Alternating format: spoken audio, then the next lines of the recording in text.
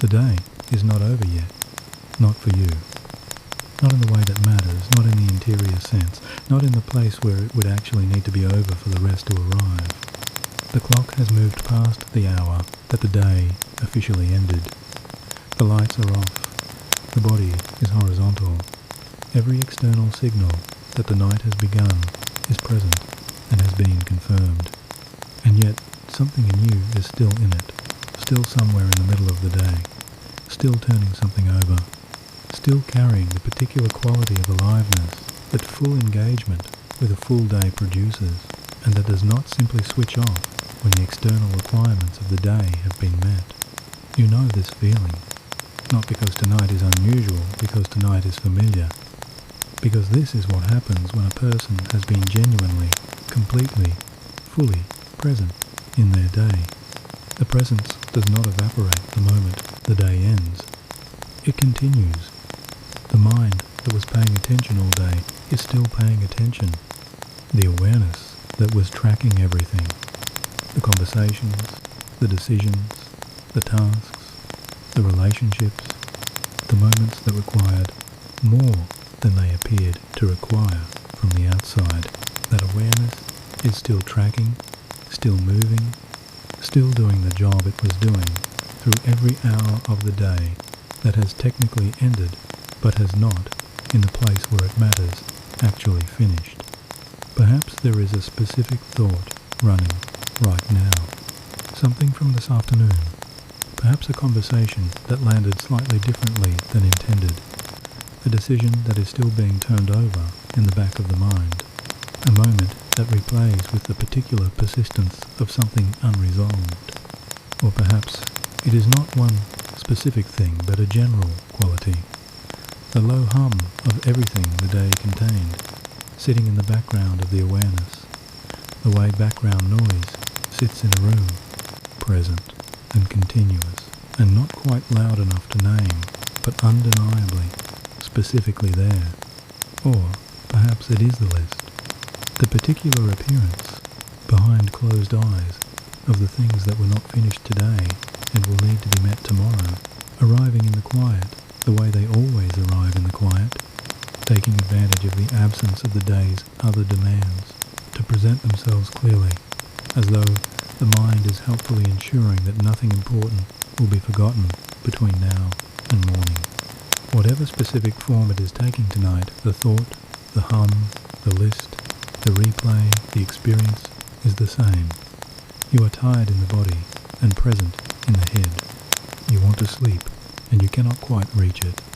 The day is technically behind you, and the night is technically here, and between the two of them there is this particular space, this specific, familiar, entirely human difficulty of a person who has been fully in their day and cannot simply stop being in it by choosing to stop. This is not a problem. Let that land for a moment before moving forward. This is not a problem. This is not evidence that something is wrong with you, or that your mind is unusually busy, or that you are failing at the basic function of being a person who lies down at the end of the day and falls asleep. This is what happens to a person who has been fully present. The presence has a residue. The engagement leaves a trace. The mind that was active and involved and genuinely there through every hour of the day does not simply go quiet because the external hours have ended. It continues, faithfully, doing what it was doing, until it is given something more compelling than the day's residue to attend to. Tonight is going to be that something, not by competing with the day's thoughts, or by silencing them, or by offering distraction from whatever is running, by doing something more specific and more honest than any of those things, by acknowledging what was carried here, by giving the body the conditions it has been needing, by moving gradually and without force from the day's particular quality of engagement toward the night's particular quality of release, not rushing past the day to get to the sleep, moving through the day, through the specific, real, lived experience of it toward the genuine rest that exists on the other side of having genuinely let it go. That releasing begins right now, not with a technique, not with an instruction, with the simplest and most immediate thing available, the recognition. My name is Jason, and I want you to know something before we go any further. I made this for tonight, specifically, not for the general category of difficult nights, not for the abstract audience of people who sometimes struggle to sleep. For this night, the particular version of the night when the day has been full, and the body is tired, and the mind has not received the message that the tired body has been sending for the last several hours. The night when lying down is the easy part, and the rest is the part that requires something more than simply being horizontal, if that is tonight for you.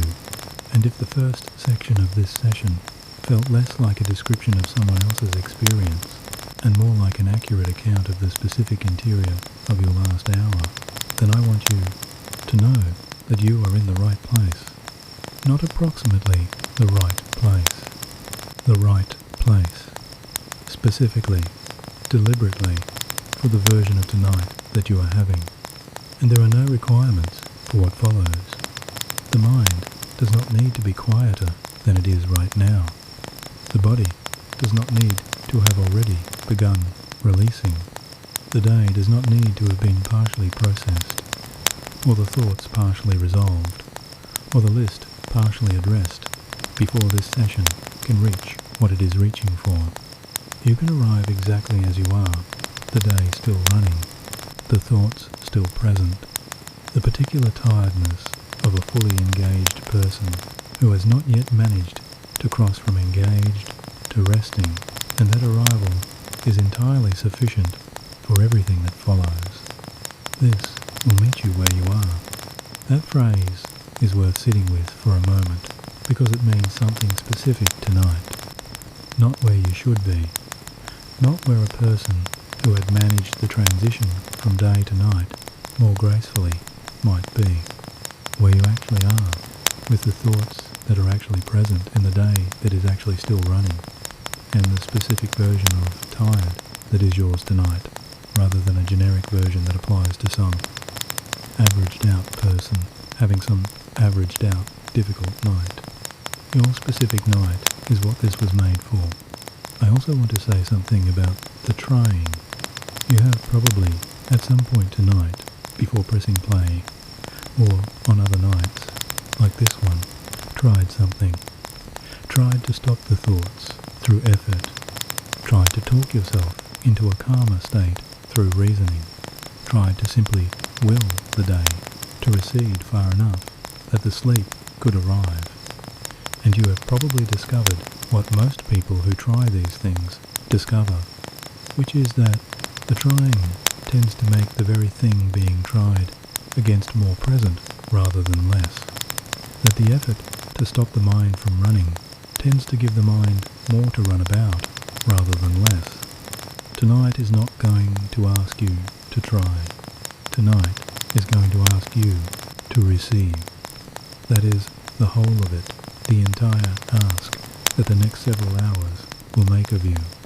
Not performance, not effort, not the correct execution of a technique that produces sleep as its output if performed sufficiently well. Simply receiving, being present in the warmth, in this room, in this particular hour, and allowing what follows to move through you in the same way that warmth moves through a room. Not because the room has done anything to produce the warmth, but because the warmth has been given the conditions to arrive. The conditions are what tonight is building, section by section, breath by breath, each part of the session, giving the body and the mind one more specific piece of what they need to release the day and receive the rest, not all at once, gradually, in the right order, through the specific stages that genuine releasing requires. The releasing cannot be rushed. The day does not leave through effort, it leaves through the patient, specific, unhurried provision of the conditions that releasing requires. Those conditions begin right now. With the simple fact of you being here, with a voice that is going to be present through every section of tonight, steady, unhurried, going nowhere, with nothing required of it except to accompany you from here to wherever the night takes you. That is what this voice is for. That is what tonight is for. And the only thing left to do is allow it to begin, which it already has. The day you live today was real. Whatever it contained, and only you know the full accounting of what it actually contained. The version that was happening on the inside, rather than the version that was visible from the outside. It was genuinely, specifically, unreservedly real. Not a difficult day in the abstract sense that days are sometimes difficult. Your day, with your particular version of the effort and the attention and the patience and the presence that this specific day required of this specific person. And it asked something of you, not always dramatically. The days that ask the most are often not the dramatic ones, not the days of obvious crisis or visible difficulty, but the days that appear ordinary from the outside, while asking from the inside the continuous and invisible effort of simply being fully present in a life that requires full presence.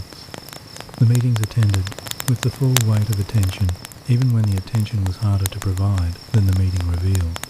The conversations navigated with the specific care that relationships require, the listening and the responding and the management of the gap between what was felt and what it was appropriate to express. The tasks completed from inside a body and a mind that were doing more than the tasks required, in ways that the tasks themselves would never acknowledge. You were fully in it today. That is what the carrying is. The carrying that followed you here, that is still present in the room, that has been the subject of the last 20 minutes of lying awake in the dark. The carrying is the honest evidence of how completely you are present in the day that is now technically behind you. The person who does not engage fully with their day does not carry it into the night in this specific way. They put it down easily because they never quite picked it all the way up. The carrying belongs to the person who is genuinely, completely, all the way there. You are all the way there. And now you have brought all of that here into this room, into this bed, into this particular hour that belongs to the night, but is still, in the interior sense, occupied by the day. The weight of the attention given, the residue of the decisions made, the particular quality of tiredness that comes not from physical effort, but from the continuous, sophisticated, entirely invisible effort of being a person who is genuinely present in their life. This tiredness deserves acknowledgement before it can be set down, not analysis acknowledgement. The specific recognition that what is being carried tonight is the honest record of a day genuinely lived, not a weight that should not be there, not evidence that something went wrong. The specific, physiological, entirely honest record of a full day in the life of a person who was fully in it. You gave the day what the day required, the attention it needed, the patience it asked for, the composure it required in the moments when composure required effort rather than simply being the natural state, the presence it needed from you, the specific, continuous, effortful presence of a person whose presence matters to the things and the people and the responsibilities that needed it today. None of that is acknowledged by the day's ordinary accounting. The day does not thank the person who was fully in it. The tasks completed do not recognize what it cost to complete them. The conversations navigated do not register the specific effort of the navigating. The moments managed do not leave a record of what the managing required. The day simply ends the same way for the person who was fully present as for the person who was not, and the person who was fully present arrives at the night still carrying what the fully present person always carries, which is the full weight of a day that has been genuinely lived. That weight is real, and it deserves the specific care of being genuinely, honestly set down, not dropped, not pretended away, not bypassed in the rush to reach the sleep on the other side of it, set down, with the specific care that something real and significant deserves when it has served its purpose and is being released. That is what tonight is for, not to make the day smaller than it was, to give it the completion it deserves, the specific, warm, honest completion of a day that was fully lived, being fully, finally, released. The releasing begins now, and the day, which has been waiting, without knowing it was waiting for exactly this kind of care, is ready. So here is what tonight is for. Not for fighting the thoughts that are still running, or arguing with the part of the mind that wants to continue processing the day, or performing a version of relaxation that looks like sleep from the outside, while the inside continues its activity unchanged. For something more genuine and more specific than any of those things, for the actual felt, physical and emotional experience of the day leaving, not being suppressed, not being pushed aside, leaving in the specific way that things leave when they have been genuinely completed and genuinely released. That releasing is going to happen in stages.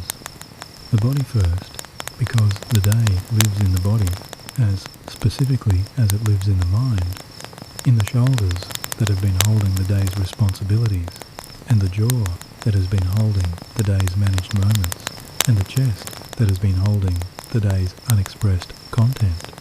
Before the mind can release the day, the body needs to release it first. The body scan that follows the settling will move through every part of the physical body that has been carrying something since this morning, giving each area the specific, patient, genuine attention of being noticed and released. By the time the body scan is complete, the body will be carrying less of the day than it has been since the first hour of the morning, than the mind, because the body's releasing creates the conditions for the mind's releasing in a way that the mind's releasing cannot create for itself. The thoughts that are still running will be given something more useful than either suppression or following the specific technique of noticing without engaging, which is the one approach that actually works with the running mind rather than against it. The thoughts that keep returning will be given the specific acknowledgement they need before they can genuinely rest.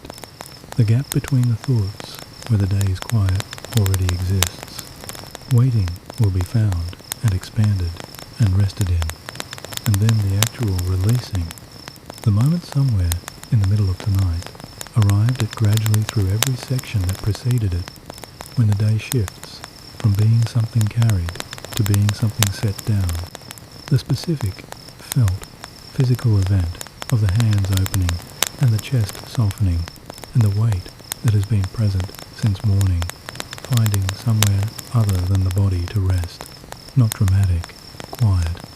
The specific quiet of something that has been held for a long time, finally, genuinely being allowed to rest. The breath is the thread that runs through all of it. Every section of tonight returns to the breath, not as a technique being performed, as the one constant that has been present through every hour of the day and will be present through every hour of the night. The breath that continued through every stressful moment of the day and every managed moment and every hour of the full engagement that has produced the carrying that is present right now. The breath that is here right now, slower perhaps than it was an hour ago, already beginning the specific work of carrying the day's residue out of the body with each complete exhale.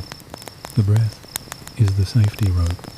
When the mind pulls the attention back toward the day's thoughts, and it will, because the mind does, because the day has momentum, and the mind has been serving that momentum for the last however many hours. The breath is where the attention returns, not as a failure to have maintained focus, as the practice Each return to the breath is the night working exactly as it was designed to work. Each return is the releasing moving forward by one small, genuine, real degree. By the time tonight is finished, by the time the voice has moved through every section and every releasing and every deepening that the hours ahead contain the day will be genuinely, specifically, measurably further away than it is right now. Not resolved, not solved, not pretended away, released. In the specific way that a day is released, when the body and the mind have been given the conditions they need to complete the circuit of a full day lived, to acknowledge it, to honour it, to set it down with care, and to find, in the space that opens where the day was, the genuine deep rest that the night has been offering all along. That rest is already available. The breath is already moving toward it, and tonight is the path between where the day left you and where the rest is waiting. Before the day can leave, the body needs something. Not the breath work yet, not the body scan, not the releasing of the specific muscles that have been holding the day's particular record. Something more immediate than any of those things. Something that the body has been quietly asking for through every hour of the demanding day, and that has not yet been provided, because providing it requires stopping, genuinely stopping, and giving the body the specific, unhurried, deliberate attention of being asked what it needs, and then being given it. Genuine physical comfort, not the approximate comfort of a person who is tired enough that any horizontal surface will do. Not the comfort of someone who has lain down and arranged themselves roughly and is now waiting for the exhaustion to overcome whatever is not quite right about the arrangement. The specific, real, unhurried comfort of a body that has been given full permission to arrange itself exactly as it needs to be arranged for the next several hours, with no position required in service of anything except its own most complete rest. This matters more tonight than it does on ordinary nights, because the day has been holding the body in specific arrangements all day, the arrangements of availability, of presence, of readiness for whatever the next moment required.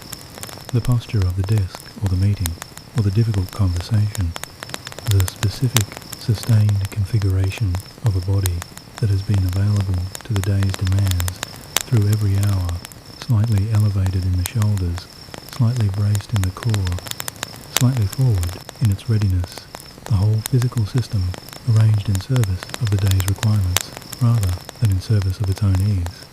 The body has not been arranged in service of its own ease since this morning. Tonight, finally, it gets to be. So take a moment now, not a perfunctory 30 seconds before the real session begins, because this is the real session beginning. This is the first act of the day's releasing, to make whatever adjustments the body is quietly asking for. If the pillow is not quite right for the head that has been holding its weight up through every hour of the full day, adjust it. If the blanket is not the right temperature for the specific warmth or coolness of this particular body at this particular moment of this particular night, adjust it.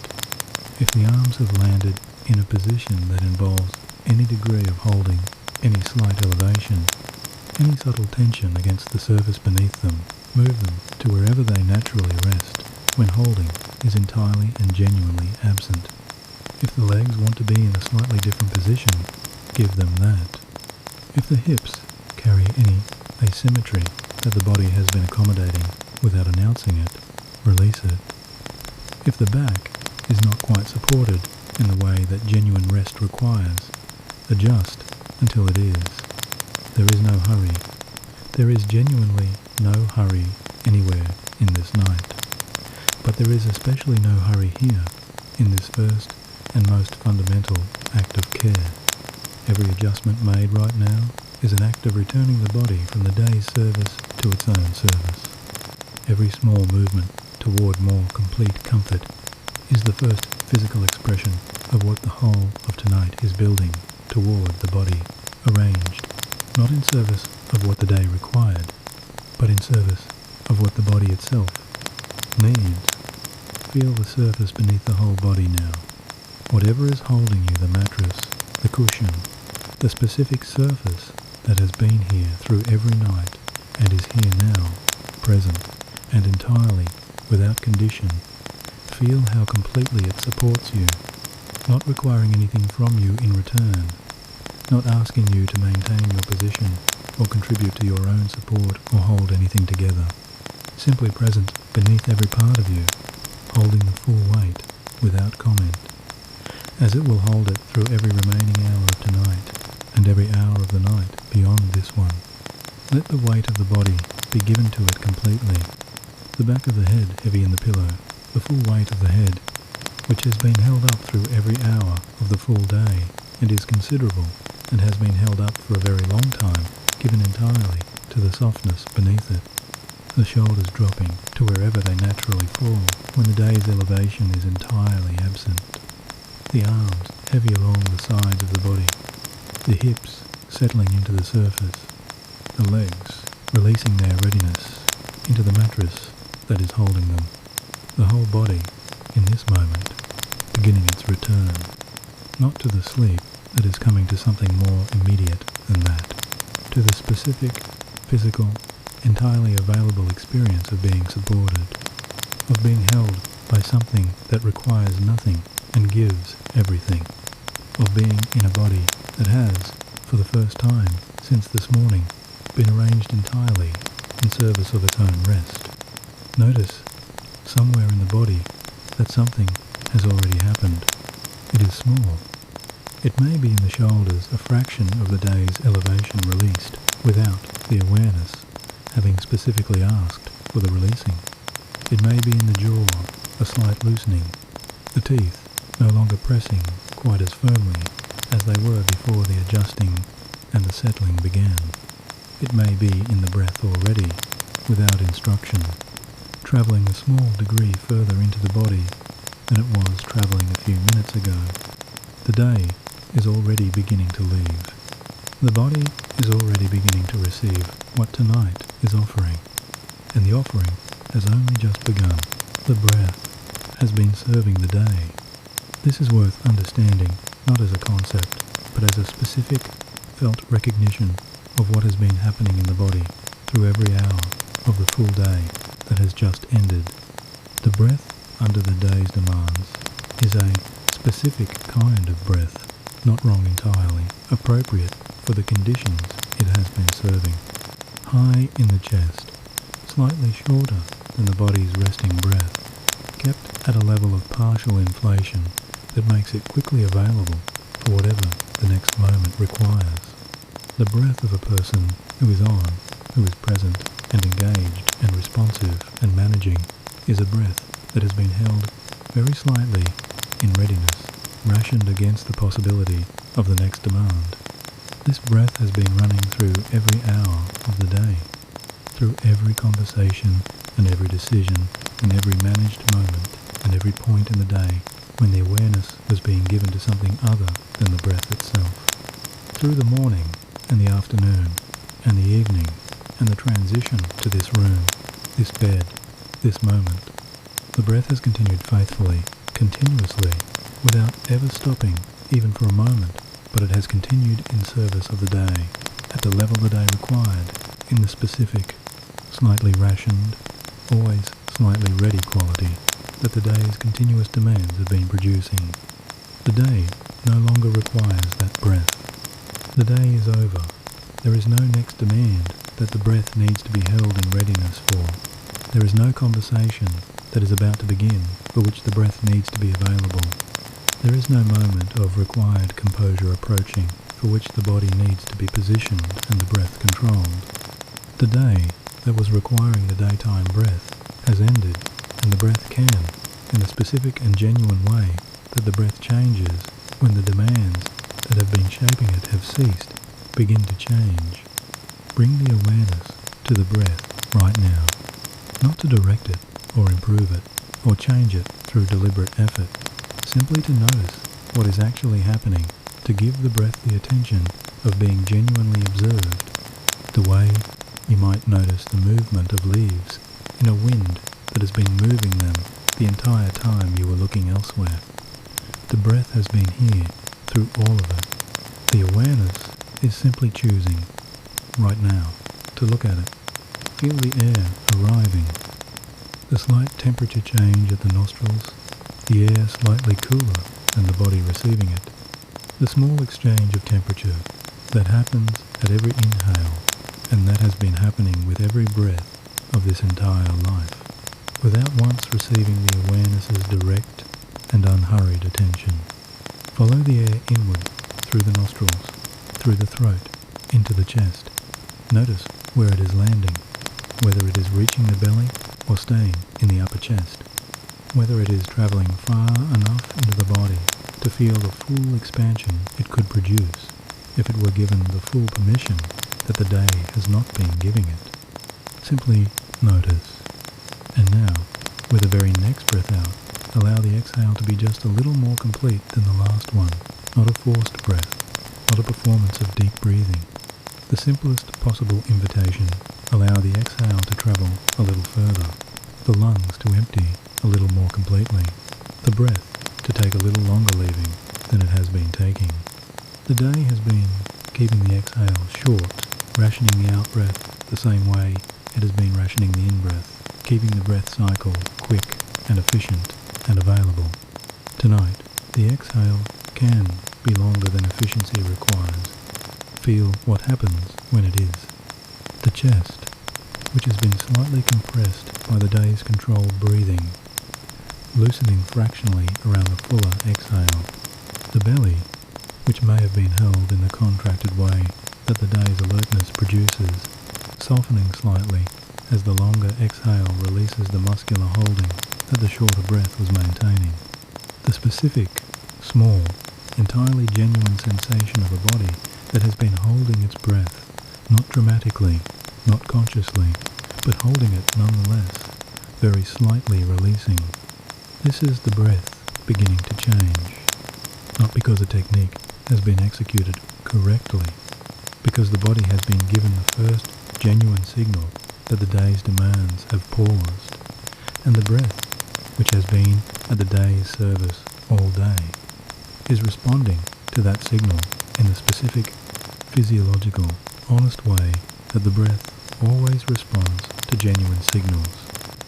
It is beginning to return to its resting state, longer on the exhale, slightly fuller on the inhale, the belly beginning to participate where it has been held out of participation, the whole cycle slowing, not through effort, through the simple, specific permission of a body that has been told in the body's own language, through the body's own signals that the day is done.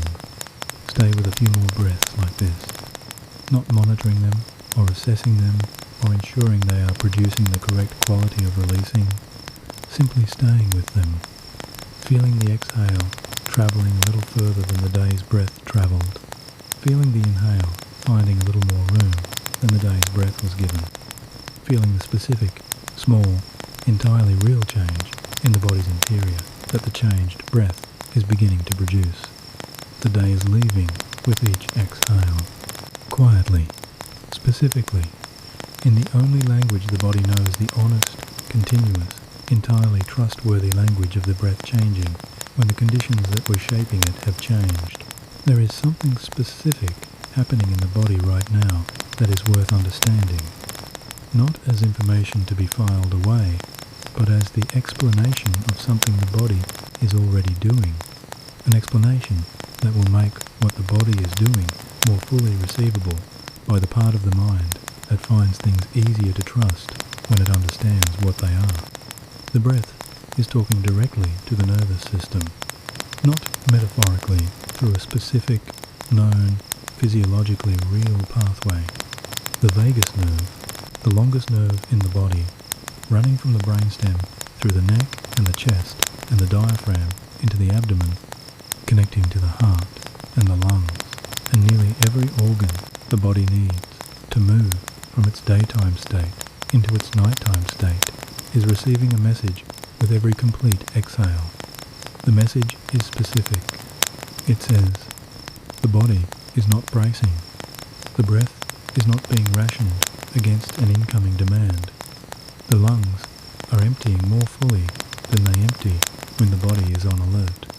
The day's particular quality of readiness is not present in this breath, and the nervous system responds to this message. Not instantly, the nervous system does not shift from its daytime state to its nighttime state through a single exhale, any more than a room shifts from warm to cool through a single open window, but cumulatively, exhale by exhale, each complete breath out, contributing its small and specific evidence to the accumulating case that the body is building for the nervous system. The case that says, the day is done, the demands have paused. The alert state that has been serving the day's requirements is not currently needed.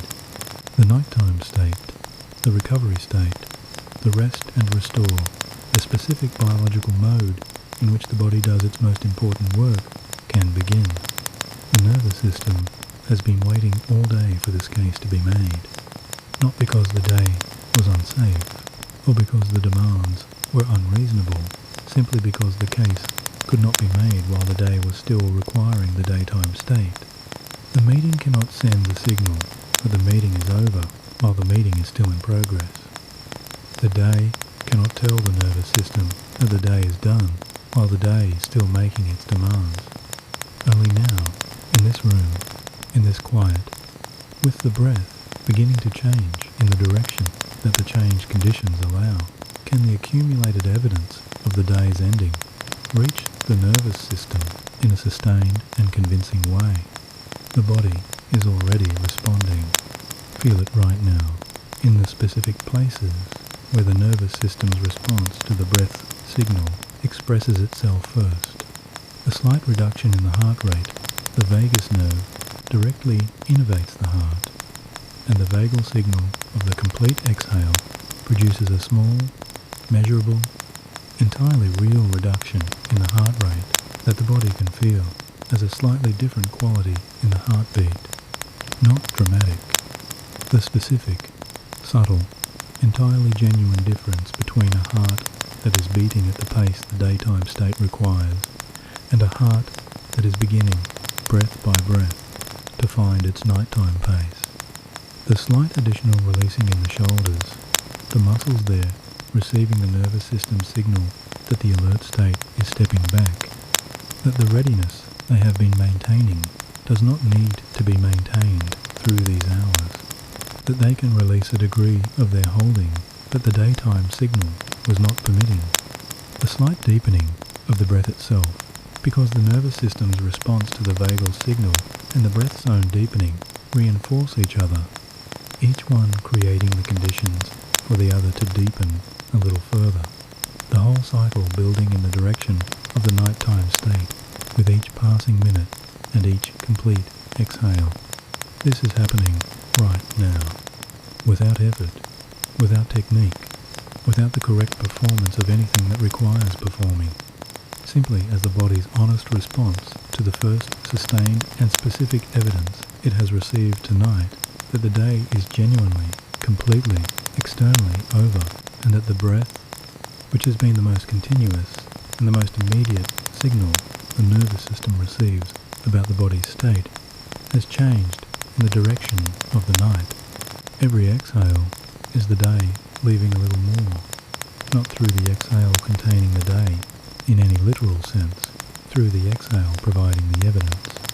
The specific, physiologically grounded, entirely trustworthy evidence that the body is not bracing. The demands have paused.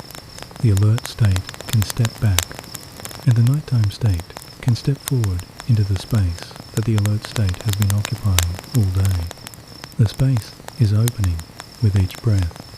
The nighttime state is advancing into it, and the breath, which has been serving the day faithfully through every hour and is now, with the same faithfulness, beginning to serve the night, is the thread that connects every moment of what follows, the constant that is always available, the thing that cannot be lost and cannot be exhausted and is always, in every moment of every hour of this night. Here, there is a part of you that is still on, not a dramatic part, not the part that is actively worrying or consciously planning or deliberately replaying the day's events. Something quieter than any of those things, and in some ways more persistent, below level, below awareness. Entirely habitual part of the nervous system that has been maintaining readiness through every hour of the day and has not yet received a convincing signal that the readiness is no longer required. This part does not have a face or a voice. It does not announce itself. It simply persists, running quietly in the background of the body's experience, the way a kept-on light persists in a room that has been otherwise darkened, present without drawing particular attention to itself, simply there, doing what it has been doing all day, which is keeping the system at a level of availability that the day required and that the night does not. You have probably felt it without naming it, the specific quality of being tired but not quite able to reach the sleep, the sense of the body being horizontal but not fully surrendered, the feeling of lying in a room that is quiet while something inside the room is not quite quiet, not loud, not obviously running, but present. The particular experience of a person who is doing everything that sleep preparation seems to require and finding that the sleep is just a little further away than it should be. That is this part, and it has been faithful through the day in a way that deserves genuine recognition before tonight asks it to stop, because it is not a malfunction. It is not the mind misbehaving or the nervous system failing to perform the transition from day to night that the clock is indicating should happen. It is the honest, specific, appropriate response of a system that has been on all day, that has been managing and responding and maintaining the availability that a full day in the world requires, and that has not yet received the clear, sustained, specific evidence that the availability is no longer required. It has been doing its job through every hour of the day that just ended, through the morning's demands and the afternoon's requirements and the evening's continuation of the day's momentum. This part has been there, keeping the body at the level of readiness the day required, doing exactly what the conditions of the day called for. It does not stop because the external hours have ended. It stops when the internal evidence of the day's ending reaches it clearly enough and sustains long enough to be convincing. The breath has been beginning to provide that evidence. Each complete exhale, with its specific physiological signal along the vagus nerve, has been adding to the case. Each moment of warmth and stillness and the body being arranged in service of its own rest rather than the day's requirements has been adding to the case. The case is building. The evidence is accumulating. And this part of the nervous system, which responds to evidence rather than to instruction, which cannot be told to stop, but can be shown that stopping is safe, is receiving that accumulating evidence with each passing moment of this session. So, to this part, this faithful, persistent, entirely understandable part that is still slightly on some words specifically for it, the day is over. Not as an instruction, as a report of what is actually the case in the external world right now. The day's requirements have paused. The things that needed the availability that this part has been providing are not currently requesting it. The doors are closed. The night is here. The people who needed this person today will need them again tomorrow, and the person who meets them tomorrow, having genuinely, completely rested, will be more capable of meeting them than the person who spent the night maintaining the readiness that tomorrow will ask for, but tonight does not need. Nothing will be missed in these hours.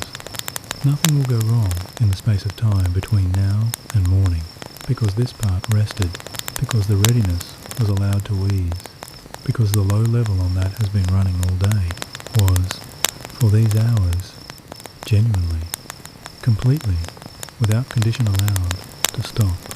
The night is safe. The permission is here. Let the shoulders drop one more time, the specific, deliberate, conscious invitation to let them fall one more degree below wherever they currently are. Let the jaw loosen just slightly, the teeth parting, the muscles of the face releasing the last trace of the day's maintained expression. Let the hands, if they have closed again in the subtle grip of maintained readiness, open one more time, palm softening, fingers uncurling. These are not techniques. They are communications to the part that is still on, in the language it speaks, which is the language of the body's physical state, rather than the language of instruction or reasoning. Safe. Done. The day is behind you. The night is here. And the readiness for these hours can rest. Begin at the very bottom of yourself. The feet, those particular and largely unacknowledged parts of the body that have been doing their specific and continuous work since the first moment of the day, carrying the full weight of everything the day required through every room and every floor and every surface the day took you across. They have been beneath all of it. Every meeting attended and every task completed and every moment of the full engagement that a full day in the world demands, the feet were there, underneath every bit of it, doing what feet do, with the specific faithfulness of parts that never receive acknowledgement, because the work they do is so continuous and so fundamental that it has become invisible. Bring your awareness there now, not to do anything to them, not to stretch them or produce any particular sensation or perform any specific technique, simply to arrive, to become present, perhaps for the first time since this morning, to the specific reality of these particular parts of this particular body, to give them what almost nothing in the day gave them, the quiet, specific, unhurried attention of simply being noticed. The day does not notice the feet. The day notices the decisions made, and the conversations navigated, and the tasks completed, and the relationships managed. The feet are simply assumed the ground-level infrastructure of the day's activity, present beneath every moment, without ever being the moment's subject. Tonight, they are the subject. Tonight the awareness is arriving here specifically, deliberately, because the feet have earned as much attention as anything else the day required, and because the awareness that travels all the way down to the feet has, by definition, travelled as far as it can from the running mind that is still somewhere up in the thoughts of the day. Distance from the mind is what the body is going to offer tonight, and it begins here, at the very bottom, as far as possible from the thoughts that have been running, and the day that has been replaying, and the list that has been presenting itself behind the closed eyes. Notice the soles of the feet first. Whatever they are resting against right now, the mattress, the sheet, the specific temperature of the surface, they simply feel it. The contact, or the absence of it. The temperature cooler perhaps than the rest of the body. The circulation slightly reduced by the day's tension and its habit of directing resources toward the center and away from the extremities. Or warmer, if the body has already begun its returning, the blood moving more freely as the alertness of the day begins to ease. Simply notice whatever is actually there, not what should be there, what is. The toes now, each one, the smallest on the outside edge of each foot, perhaps slightly curled, perhaps slightly held in the specific unconscious gripping that the feet tend to maintain through a day of shoes and floors, and the subtle, continuous bracing of a body under the day's engagement. Let them uncurl, let each one release into whatever position it naturally occupies when nothing is being required of it.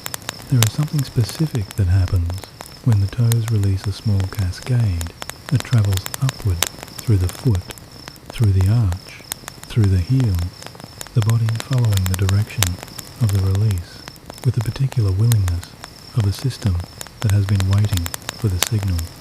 Let the arches soften. The specific tension that accumulates in the arches of the feet through a day of bearing the full weight of the body and the day's requirements releasing now. The arches no longer needing to maintain their readiness for the next step because the next step is not coming tonight. The heels settling heavily into the surface beneath them, not the heaviness of the day pressing down the heaviness of something being given back to the earth after a long period of being lifted against it. Move upward through the ankles. The small, complex joints there releasing whatever preparatory tension they have been carrying through every hour of the day's movement. Through the calves, those muscles that have been working without acknowledgement, not just in the walking and the standing, but in the specific, continuous effort of returning blood back up toward the heart against gravity through every demanding hour. Let the density there begin to soften, one exhale at a time. The muscles releasing a layer of what they have been holding with each breath out. Through the knees, through the thighs, those large, strong muscles that have been carrying the full weight of the day's physical demands, letting them become heavy now in the specific way that relief produces heaviness rather than the way exhaustion does.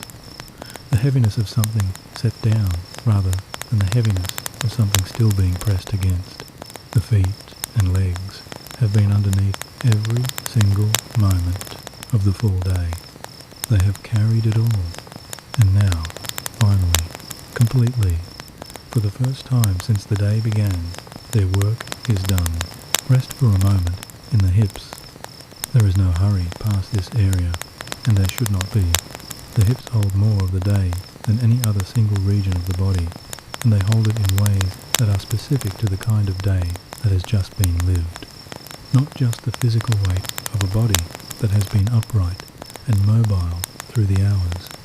The specific, postural, deeply held record of a person who has been available and ready and positioned for response through every moment of a full day's engagement.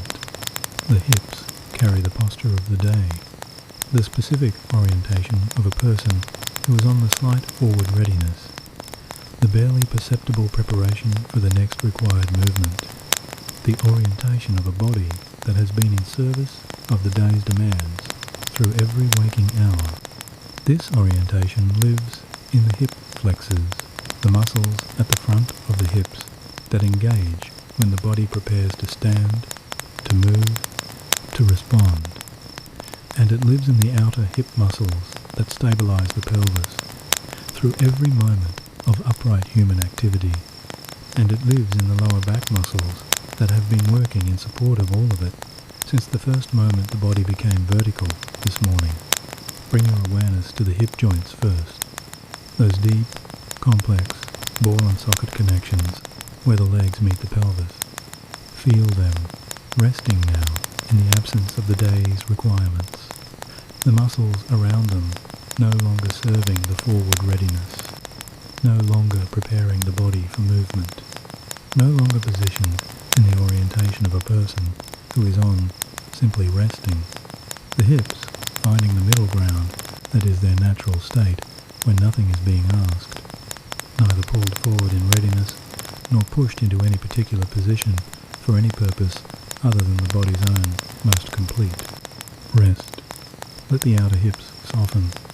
Those muscles along the sides of the pelvis, the ones that have been working to keep the body stable and oriented through every standing and walking and sitting moment of the full day. They do not need to stabilize anything tonight. The surface beneath the body is doing the stabilizing entirely on its own, as it has been doing since the body lay down, as it will continue to do through every hour of the night without requiring anything from the muscles that have been working all day in the same service. Let them give up that contribution now. Let them become heavy and soft in the specific way that muscles become heavy when the job they have been performing is genuinely, finally, completely over. The inner thighs now. That area holds a specific kind of tension that is often invisible until attention arrives there. Not the bracing tension of the outer muscles, but a quieter, more internal holding, the kind that comes from a body that has been drawing itself together through the day, maintaining a subtle physical cohesion in service of the day's demands, keeping a certain internal quality of held-togetherness that the full engagement of a full day produces without the person inside the body ever choosing it or noticing it was there. Let the muscles there soften now, not stretched, simply softened. The specific release of something that has been held internally and is now, in the warmth of the night and the patient attention of this scan, being given permission to let go. The pelvis itself now, the tailbone, resting against the mattress, feel its specific weight, the dense and specific reality of this anchor point of the lower body being given completely to the surface holding it. The sacrum, that broad, flat bone at the base of the spine that has been the foundation of every upright moment of the full day, heavy and warm against the mattress, receiving the support of a surface that does not ask the sacrum to participate in its own holding, and the lower back. This is where the day tends to settle most honestly, in the muscles on either side of the lumbar spine that have been working in the specific, continuous, below awareness way that the lower back works through a full day of human upright activity. You will likely feel something when the awareness arrives here, a density, a particular quality of holding that has been present since somewhere in the mid-morning and has been adding to itself across every subsequent hour of the day's demands. Let the awareness rest there, without requiring anything of it, without telling it to release, or demanding that it change, or performing the releasing in any particular way. Simply acknowledging it, noticing it, the specific quality of attention that says, I know you are here, I know how long you have been here, tonight you are allowed to let go. With each breath in, warmth arrives in the lower back, moving into the density there with the patience and the gentleness of something that has been given enough time, not forcing, not pushing, simply present in the tight place, offering the warmth that the body's own circulation produces when the nervous system steps back far enough to let the blood move freely. With each breath out, something releases, not all at once. Something, one small, genuine, real layer of the day's holding, giving way to the warmth and the attention and the patience of a session that is in no hurry and will stay here as long as this area needs it. And it needs it. It has needed it since mid-morning. Tonight it is finally receiving it. Let the awareness rise now into the belly and the chest. The belly first. This is the area of the body that carries the day's emotional content most honestly and most immediately. The gut-level response to every moment of the day that was felt before the thinking mind had time to evaluate. The belly tightens when something difficult arrives. It holds when composure is required. It contracts through every moment of managed difficulty and sustained effort, and the continuous small adjustments that a full day of human engagement requires, and it tends to carry that contraction forward into the night, long after the moments that produced it have passed, maintaining the physical expression of the day's emotional content, even when the emotional content itself has moved on. Notice how it is breathing right now, whether the breath is moving there at all, whether the belly is rising and falling with the breath, or whether the breath has been living entirely in the upper chest, kept high and controlled and away from the belly, where it would need to soften the abdomen's holding in order to arrive. Both are common tonight. Neither is wrong. Simply notice what is actually happening, and let the noticing itself be the beginning of the change. With the next breath in, very gently, without any demand, allow a little more room. Not a deep breath taken deliberately, not a performance of diaphragmatic breathing, simply a fraction more permission for the belly to be involved in the breath that is already happening. The muscles of the abdomen allowed to release just slightly, the belly allowed to rise just a little with the arriving breath, the lower ribs allowed to open outward, the breath given just a little more of the body to move through than the day's controlled breathing has been giving it. Feel the belly rising, and with the exhale, feel it fall completely, the muscles of the abdomen softening and releasing and returning to their resting position without maintaining any contraction, without holding anything in, without keeping any part of the belly in the service of the day's composure or the day's management, or any of the day's requirements that have been expressing themselves in the body's most honest and most central region, simply falling, the way the belly falls in sleep. Now the chest. Bring your awareness here with particular care, because this is where the day tends to leave its most significant physical record, not the tight muscular record of the shoulders or the postural record of the hips, but something deeper and less specifically muscular, the compression that comes from a full day of full engagement, the specific, cumulative, building quality of a chest that has been slightly smaller than it wants to be through every demanding hour, the chest that has been protecting whatever is most essential through the day's various challenges, the chest that has been holding the specific, unreleased quality of everything that was felt today and not fully expressed, the moments of frustration managed, the moments of difficulty navigated, the moments when something was happening inside while something different was being presented outside. All of that has been living in the chest. Bring the awareness to the center of it, to the sternum, the breastbone, the specific place just behind the front of the chest, where the day's unexpressed content tends to accumulate and press from inside. You may feel something there when the awareness arrives, a compression, a fullness, something that is not quite pain, but is not quite comfortable either. The honest record of a day that was fully engaged with, and whose engagement has been carried forward into this room. Let the awareness rest there without requiring anything of it. And with the next breath in, let it move into that place directly, specifically with the warmth that the breath produces when it is allowed to travel all the way to the places that most need it. Not forcing the compression to open, offering warmth to it, patient warmth, the warmth of a breath that is in no hurry and makes no demand and simply arrives repeatedly at the place that has been holding the day. Your heart is here. This deserves a genuine moment of acknowledgement, not as sentiment, but as the specific, honest recognition of something extraordinary.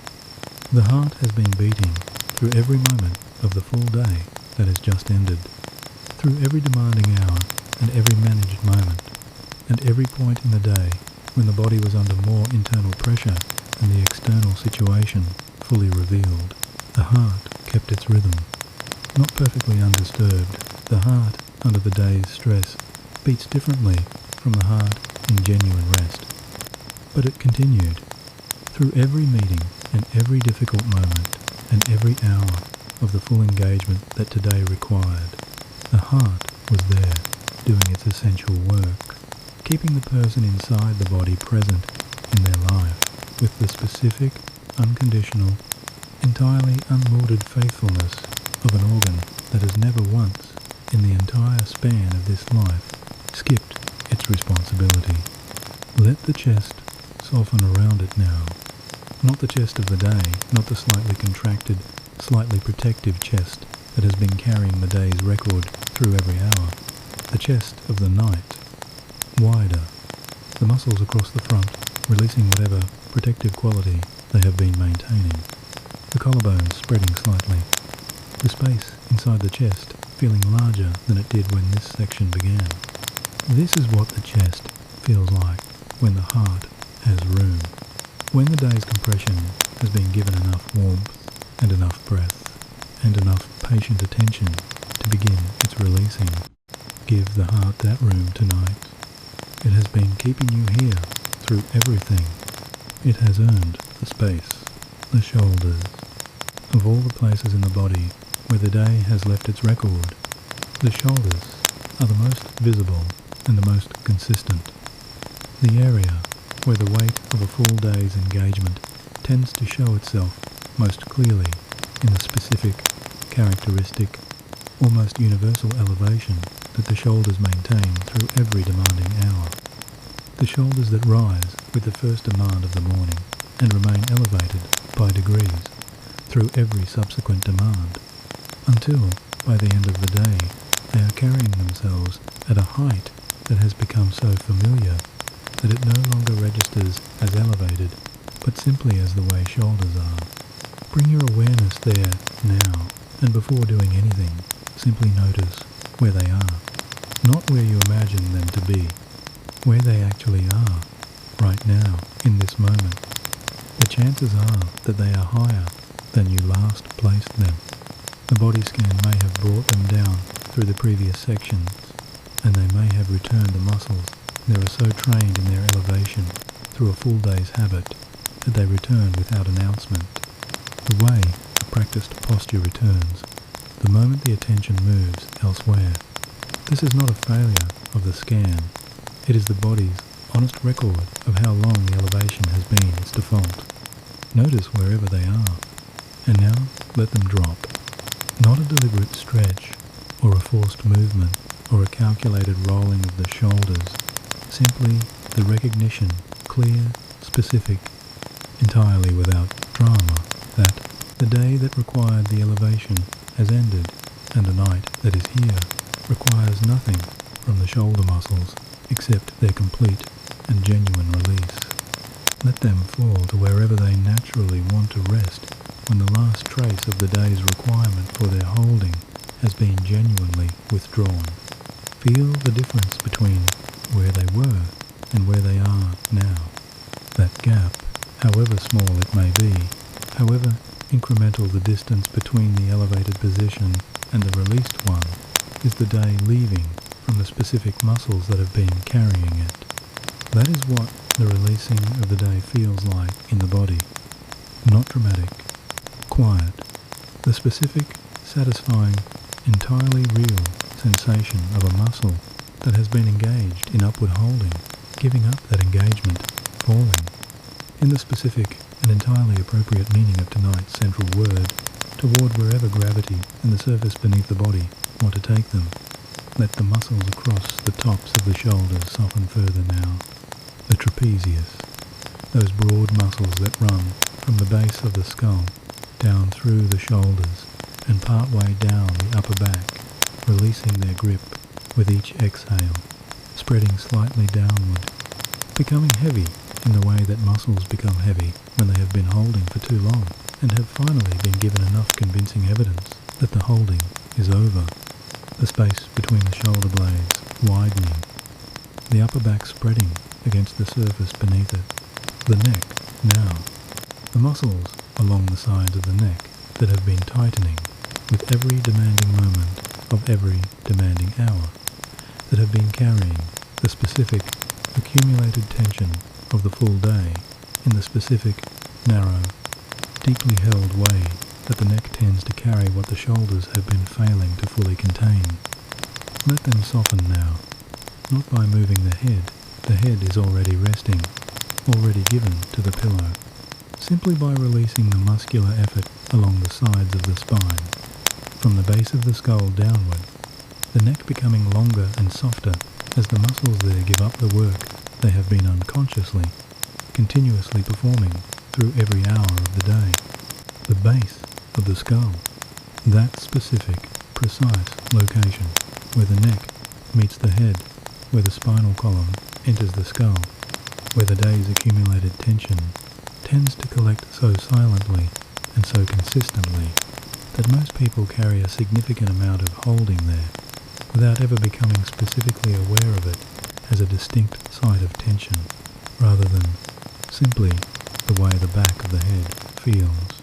Bring the awareness there, now, with the specific quality of noticing something that has been overlooked, and breathe into it the warmth of the breath, reaching this area with the patient, persistent quality of warmth offered to somewhere cold. The arms, now upper arms, elbows, forearms, each part of the arm releasing the specific tension of a body that has been available and ready through every hour of the full day. The arms that have been positioned for the day's activities and the day's responses. The arms of a person who has been on. Let each part give its weight to the surface beneath it. The arms becoming heavier with each section of the releasing heavier in the specific relief-filled sense of weight given rather than weight borne. The hands, notice whether they are open or closed right now. Let them open completely, without reservation, the fingers uncurling, the palms softening, the hands falling into their most natural position when nothing is being prepared for, and nothing is being managed, and nothing remains to be held. The day was in these hands today, in everything they did, and everything they managed, and everything they held through every hour of the full engagement. Tonight, the hands are open, and the day is no longer in them. The face is where the body scan ends. And in some ways, this ending is the most significant one, because the face has been doing the most continuous and the most public work of the entire day. It has been the front face of the day's engagement, communicating and expressing and composing and managing itself through every interaction and every moment that required a particular expression, and every point in the day when the internal experience and the external presentation needed to be carefully navigated in relation to each other. The face has been working all day, not in ways that were always dramatic or always effortful, but continuously, in the specific way that the face works when a person is fully present in a full day. The expressions of attention during the listening, the expressions of engagement during the conversations, the composed expression during the moments when composure was the required presentation, the managed expression during the moments when something different was happening inside, the small, continuous, largely unconscious negotiations between what was being felt and what was being shown, all of it lived in the face, expressed through the face, maintained by the specific muscles that the face uses to do its most essential and most public daily work. And now, in this dark room, with no one watching and nothing being communicated to anyone, the face can stop. Bring the awareness to the forehead first, that broad, expressive surface above the eyes that carries the day's concentration in the specific quality of slight inward pressure that tends to gather there during focused and demanding hours. You may not have known it was there until this moment. The tension in the forehead tends to be among the most consistently overlooked holdings in the body scan, present throughout the day without ever becoming prominent enough to demand attention. Simply notice it now and let it release. The muscles of the forehead spreading outward, away from the center, the brows returning to their natural resting position, not furrowed, not raised, simply at ease in the absence of any expression the moment requires. The forehead becoming smooth, still, the specific, private, unwitnessed neutrality of a face that has stopped performing. The space between the eyebrows, that precise point where the day's difficulty tends to leave its most concentrated facial record. The slight inward pulling of the brows that accompanies concentration and concern. The vertical compression that appears during the most demanding hours and that has been appearing and disappearing and appearing again through the full day. Let it soften completely now, the brows releasing whatever they have been holding, returning to their natural resting position, the space between them widening to the specific, undemanded width of a face that has nothing left to express. The eyes behind their closed lids, the intricate muscles around the eyes that have been focusing and adjusting and widening and narrowing through every visual and emotional moment of the full day, releasing now into the specific stillness of eyes that have been given the darkness they were waiting for, the eyelids resting without effort, not through any act of holding, but through the simple ease of eyes that are done with the day and have committed completely to this particular and private dark, the cheeks softening, the flesh of the face releasing the specific shape it has maintained through the day's various required presentations, the engaged expression, the listening expression, the composed expression, the managed expression, returning to something truer and simpler than any of them, the face at rest, the face without audience, the jaw, the place in the face where the day leaves its most concentrated and most physically specific. Record the muscles of the jaw that clench with every difficult moment and unclench and clench again through the full day's continuous navigation of the gap between what is felt and what can be expressed. Let the teeth part very slightly now, just enough that the upper and lower teeth are no longer in contact, the jaw hanging gently, the muscles of the masseter releasing the day's specific accumulation.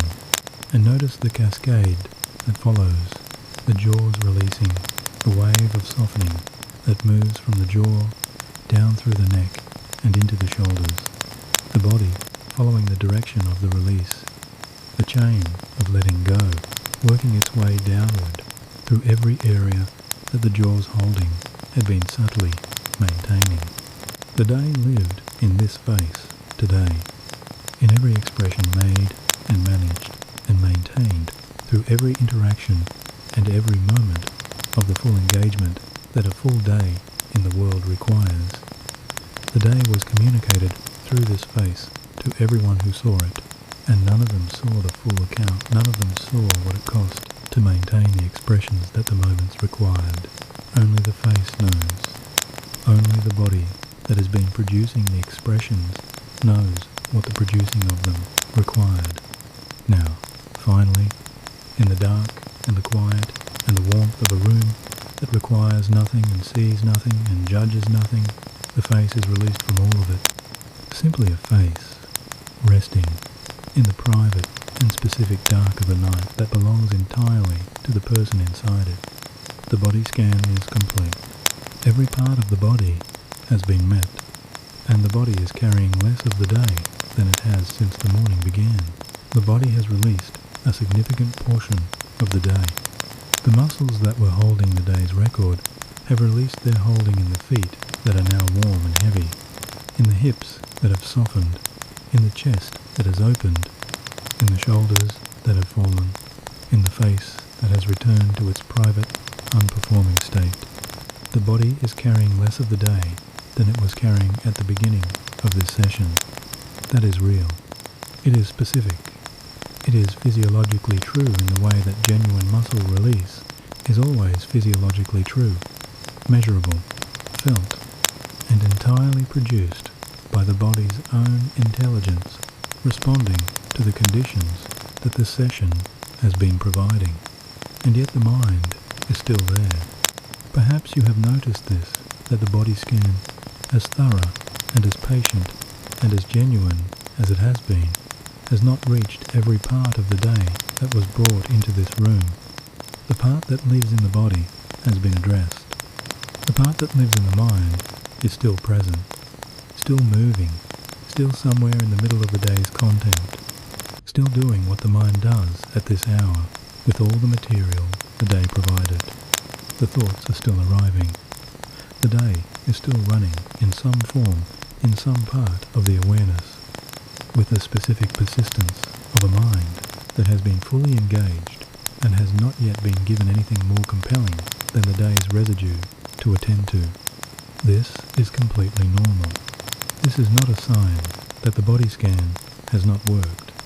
It has worked, and its work is real, and the body that is resting here carries the evidence of that work in every released muscle and every open chest and every softened face, and the mind has its own timeline. It does not follow the body's releasing with immediate compliance.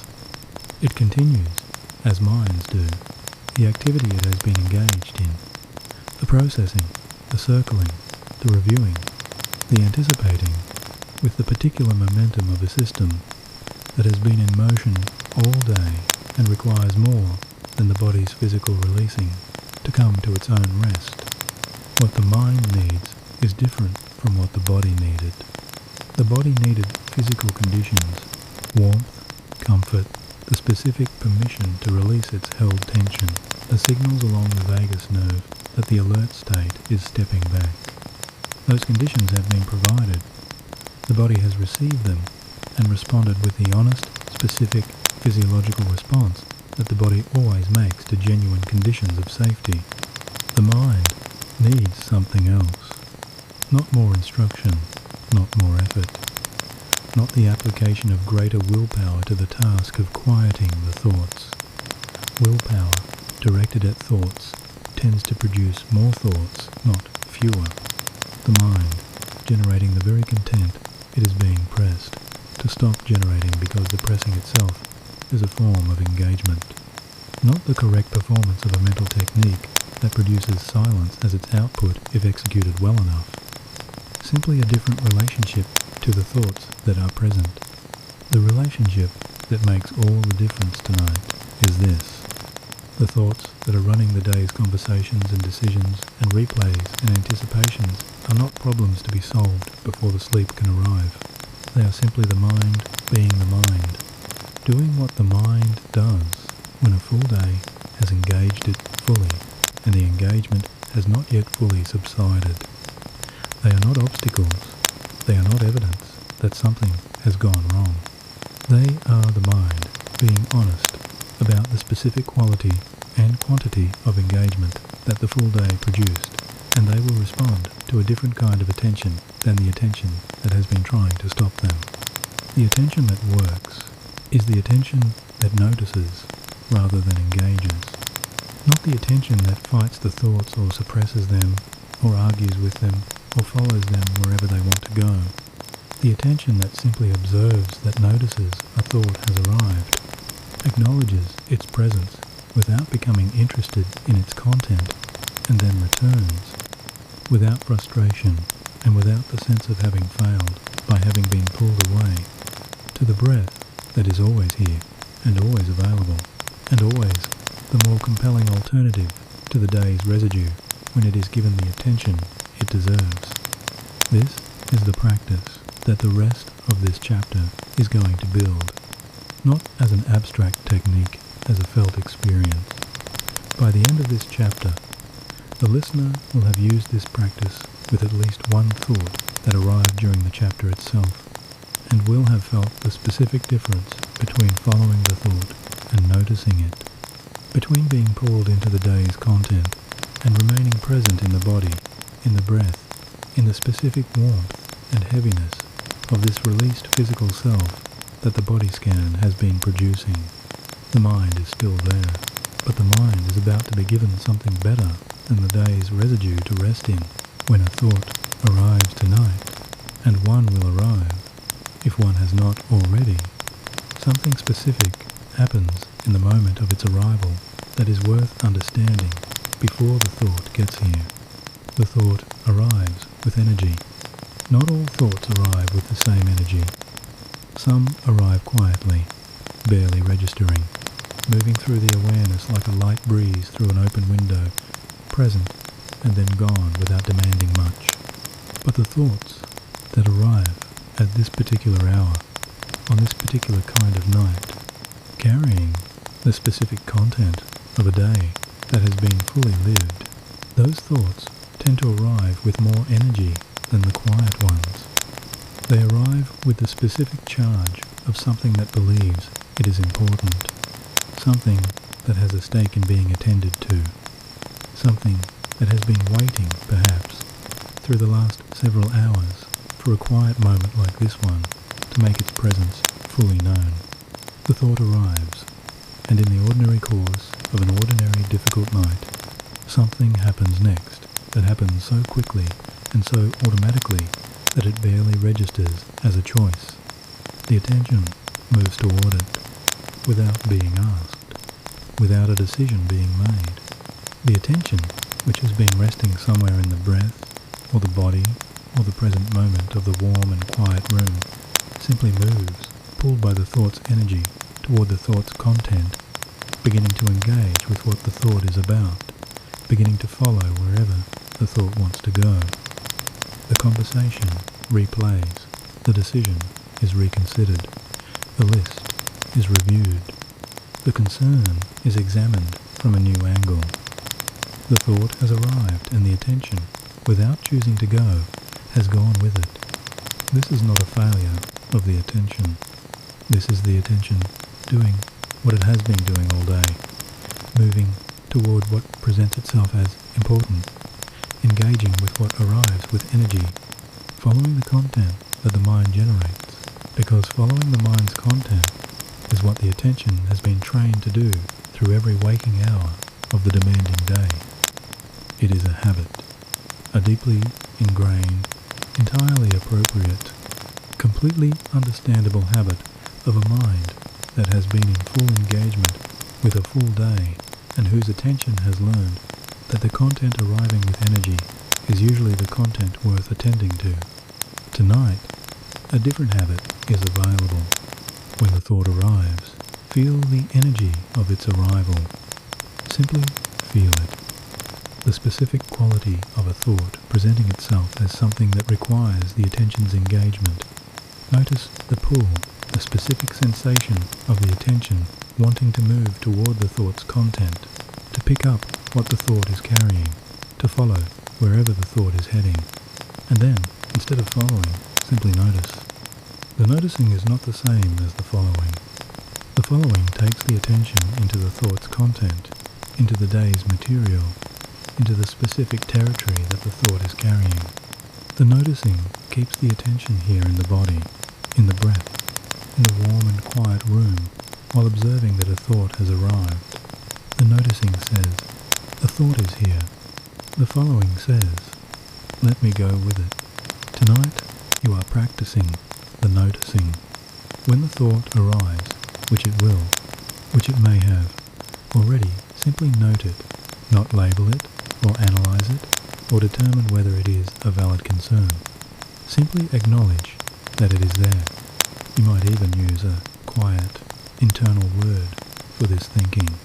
The simple observation that thinking is happening, the way you might observe that it is raining present, real, and not requiring a particular response from you beyond the observation itself. And then return to the breath, not as a recovery from something that went wrong, as the practice itself.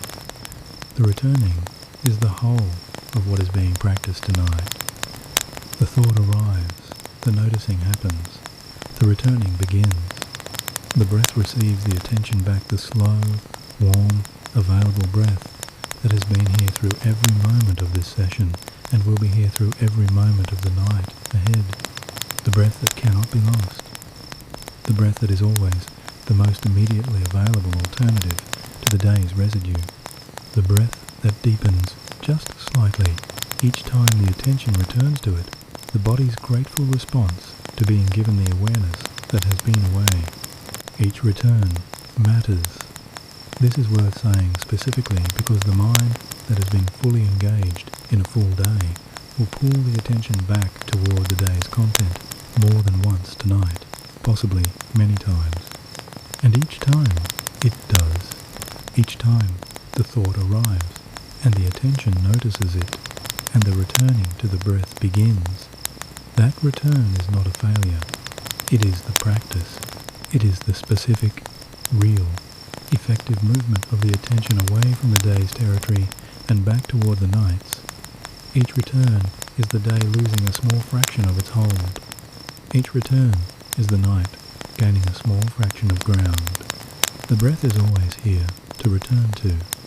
It cannot be exhausted or used up or made unavailable by the number of times the attention has been away from it.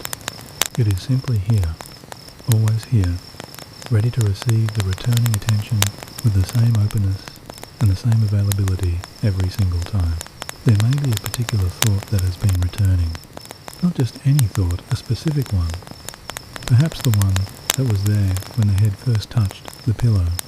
Perhaps the one that has been circling somewhere in the background of the body scan, quieter during the sections where the awareness was directed specifically to the body, louder in the pauses between sections, when the attention had a moment to drift back toward the day. A specific thought with specific content, the conversation that replayed, the decision that is still being turned over, the concern that the day left unresolved, the thing that is still present despite everything. The mind returns to these things, not because the mind is misbehaving, or because the person it belongs to is particularly prone to rumination, or particularly unable to let things go, because the mind was designed to return to unresolved things. The returning is the mind doing one of its primary jobs, ensuring that nothing important is lost in the transition from one state to another, maintaining a thread of connection to the things that matter, keeping the person inside it informed about the things that still require attention. The specific thought that keeps returning tonight is returning because it matters, not because it can be resolved between now and morning. It probably cannot. And the part of the mind that keeps returning to it does not fully understand this. It knows only that the thing the thought is pointing at is important, and that important things should not be lost, and that losing this specific concern in the night would feel like a failure of the mind's most essential responsibility. So, the mind keeps it present, keeps returning to it, keeps ensuring that it has not been set down somewhere it cannot be found in the morning. This returning is the mind trying to take care of you. And that is worth understanding tonight, because it changes the relationship to the thought. The thought that keeps returning is not an enemy. It is not a malfunction, or a sign of weakness, or the specific intrusion of an anxiety that has no business arriving at this hour. It is the mind doing what the mind does for the things and the people and the responsibilities it is invested in. The returning thought is evidence of caring, the specific, persistent, exhausting, entirely well-intentioned caring of a mind that does not want to let go of what matters. So, before asking the thought to rest, it deserves acknowledgement. Whatever the thought is pointing at tonight, whatever the specific concern or unresolved conversation or decision or worry that the mind keeps returning to it matters. The fact that the mind keeps returning to it is evidence that it matters. And the person whose mind is doing this returning is a person who takes seriously the things that deserve to be taken seriously. That caring is real. And now, specifically, warmly, with genuine recognition of what the thought has been trying to do, the thought can be given something that it has not received tonight yet. The honest communication that the best version of the thinking available for this particular matter is not the version currently accessible. The late night, day-saturated, tired, but still running version of the mind is not this concern's best advocate.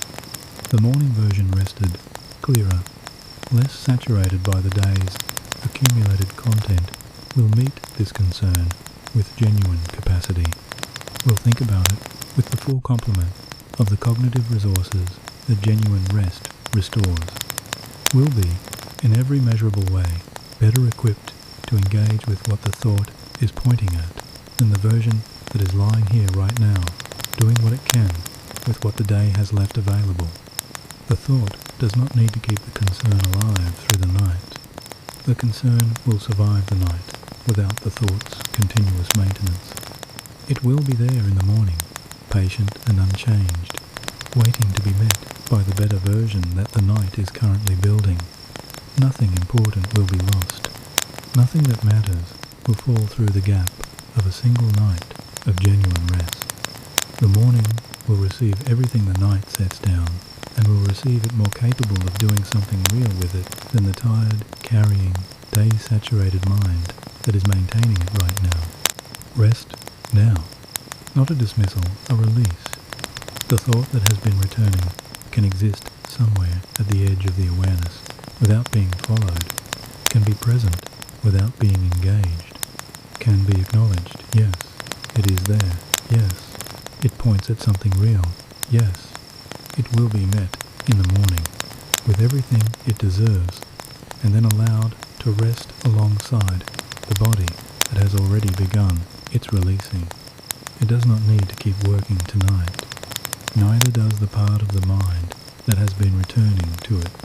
Return now to the breath, the specific, slow, complete breath that has been waiting through this entire section, the breath that is always more available than the thought's content, the breath that carries the attention back toward the night every time it is given the returning. It is here. It has always been here. Between one thought and the next, there is a gap. Tonight, with the body released and the breath slower and the thoughts being noticed rather than followed, this gap is becoming visible in a way it was not visible at the beginning of the session.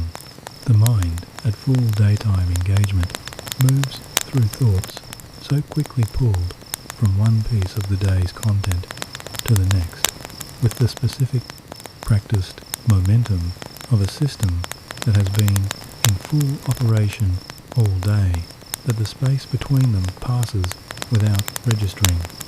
It exists, but it cannot be felt. The thought ends, and the next one begins, and the space between them is simply the turning point in a cycle that moves faster than the awareness can follow. Right now, the cycle is slowed. Not completely. The mind still has its momentum, still carries the day's content, still generates the thoughts that the full engagement of the full day has provided the material for, but slower, measurably, specifically, genuinely slower than it was when the session began.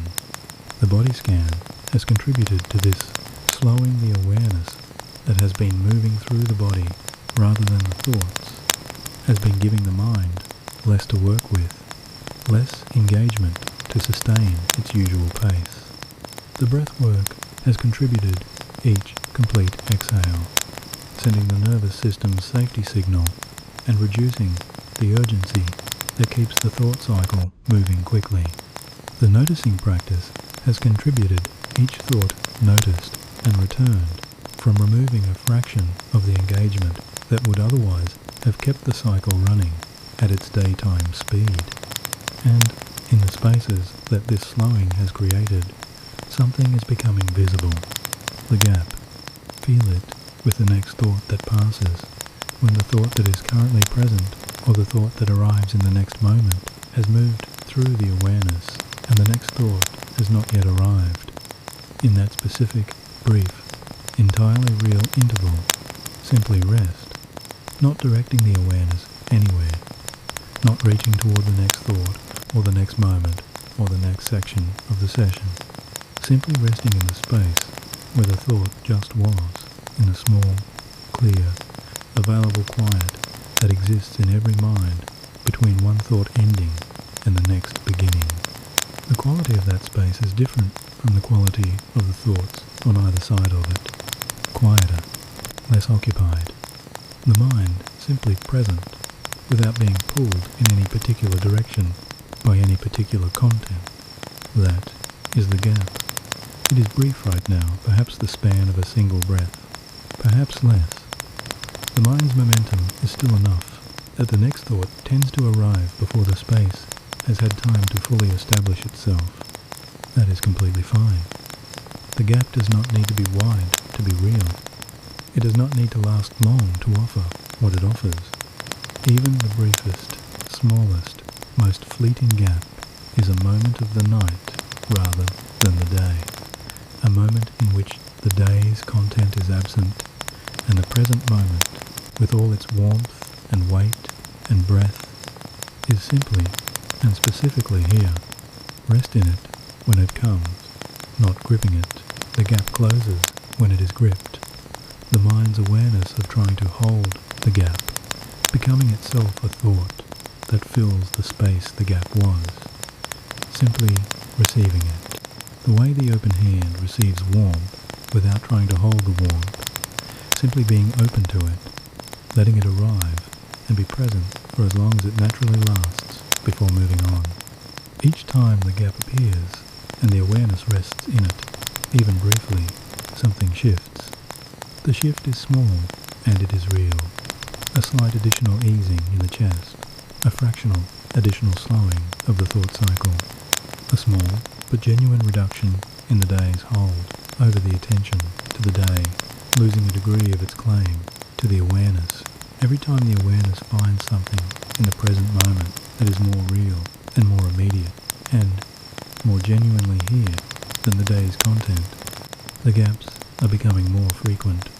This is what happens when the body is released and the breath is slower and the thoughts are being noticed rather than followed. The gaps between the thoughts grow more frequent and longer and more available, each one a small opening in the day's continuous occupation of the mind, each one a moment in which the night is briefly, genuinely, specifically present. That night is where the sleep lives, not in the thoughts, in the gaps between them. Each gap is a step closer to it. Each breath that is noticed in the gap is the night gaining a little more ground. And the ground the night is gaining is the ground the day has been holding all evening. It is releasing, one gap at a time. Before the day can be genuinely set down, it deserves something it has not yet received tonight. Not analysis. Not the review of what went well and what did not.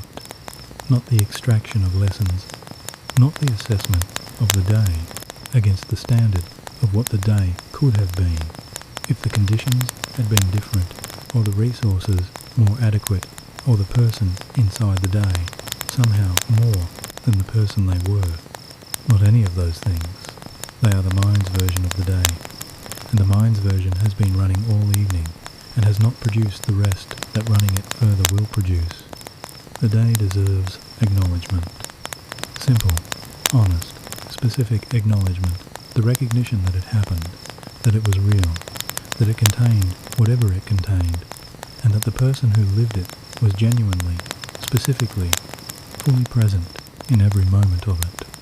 Not the glossy acknowledgement of a day that went well, not the defensive acknowledgement of a day that needs to be justified. Simply the honest acknowledgement of a day that was lived with everything that living it actually required from the person who lived it. Because the day was real, however ordinary it appeared from the outside, however unremarkable the tasks that filled it, however routine the conversations that composed it, however familiar the specific shape of its demands on the inside. It was a specific, unrepeatable, genuine experience of being a person in the world, with all of the invisible effort that being a person in the world requires, the attention that was given to the things that needed attention, the patience that was extended through the moments that required patience, the care that was brought to the relationships that deserved care, the managing of the gap between the internal state and the external presentation through every moment where those two things were not simply naturally aligned. None of this appears in the day's external accounting. The day does not keep a record of how much attention was required to give the attention it received. The conversations do not note what it cost to conduct them with the care that was brought. The tasks do not register the specific effort of the person completing them from inside whatever the person was carrying while completing them. The day's ledger records the things done and the outcomes produced and the responsibilities met. It does not record the quality of the presence that the doing and the producing and the meeting required from the person who was present for all of it. Only the person knows. Only the body knows in the specific holdings that the body scan has been releasing, in the tightness that was in the shoulders and the compression that was in the chest and the specific accumulated quality of a face that has been composing itself through every public moment of the full day. The body has been keeping the honest record all along. It has been noting the real accounting, the cost of the full presence, the weight of the full engagement, the specific physiological truth of what the day asked of the person who gave it everything they had. That is the record that deserves acknowledgement tonight. Not because acknowledging it will change what happened, or resolve what remains unresolved, or make the difficult parts of the day less difficult in retrospect, but because the day that has been fully lived deserves to be fully seen before it is released, because something that has been acknowledged can be set down more completely than something that has simply been walked away from. Think of it this way: when something of genuine value has served its purpose, when a tool has done the work it was made for, or a letter has been written and sent, or an effort has been completed, the natural response is not to simply drop it.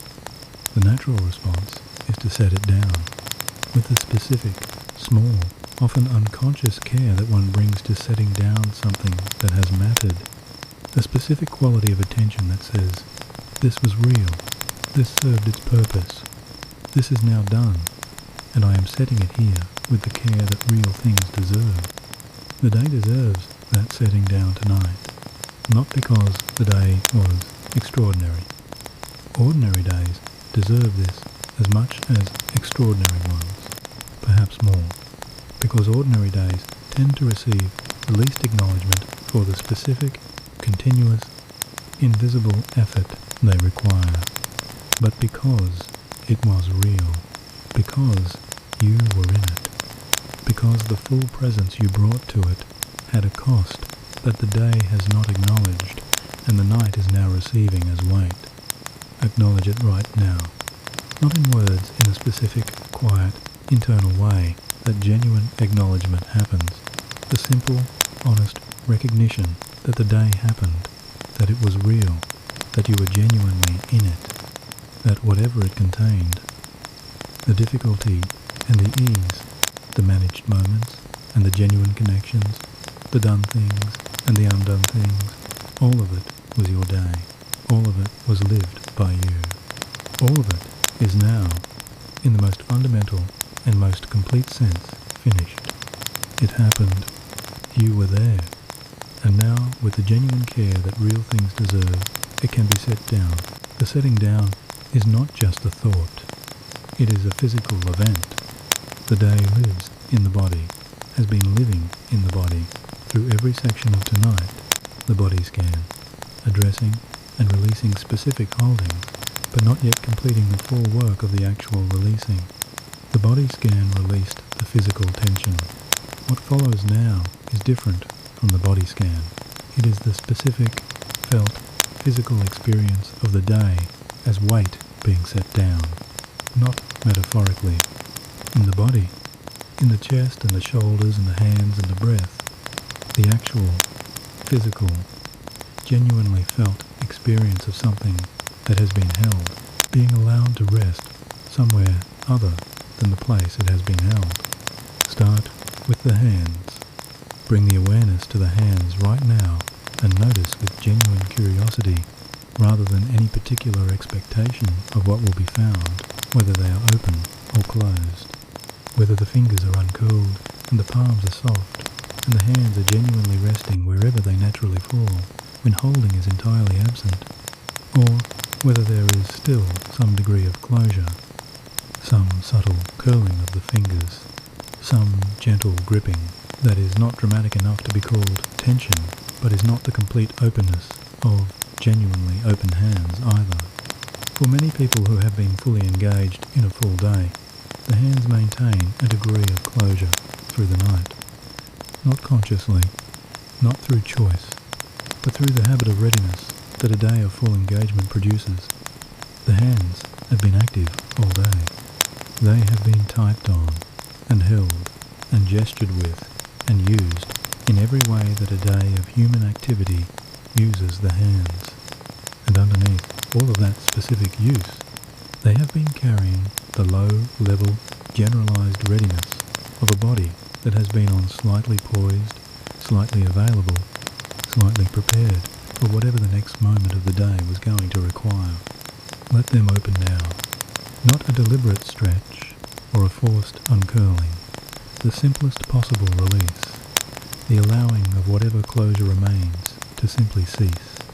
The fingers uncurling, one by one or all together, whichever way feels most natural. The palms softening and widening. The hands finding wherever they naturally rest when the last trace of the day's requirement for their readiness has been genuinely withdrawn. Feel the specific sensation of open hands. The specific, real, entirely physical sensation of palms that are no longer closed around anything. Of fingers that are not gripping and not preparing and not maintaining any degree of readiness for the next thing. The hands of a person who has genuinely, completely, for this specific moment, let go. Now, with the next breath out, let the shoulders release one more degree. Not to where they will eventually be at the end of the night's complete releasing.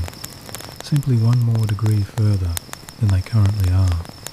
One more small, specific, entirely real degree of the day's elevation given up the muscles there, releasing one more layer of the holding they have been maintaining through every hour of the full day and throughout the body scan and through the breath work and through the mind sections of tonight.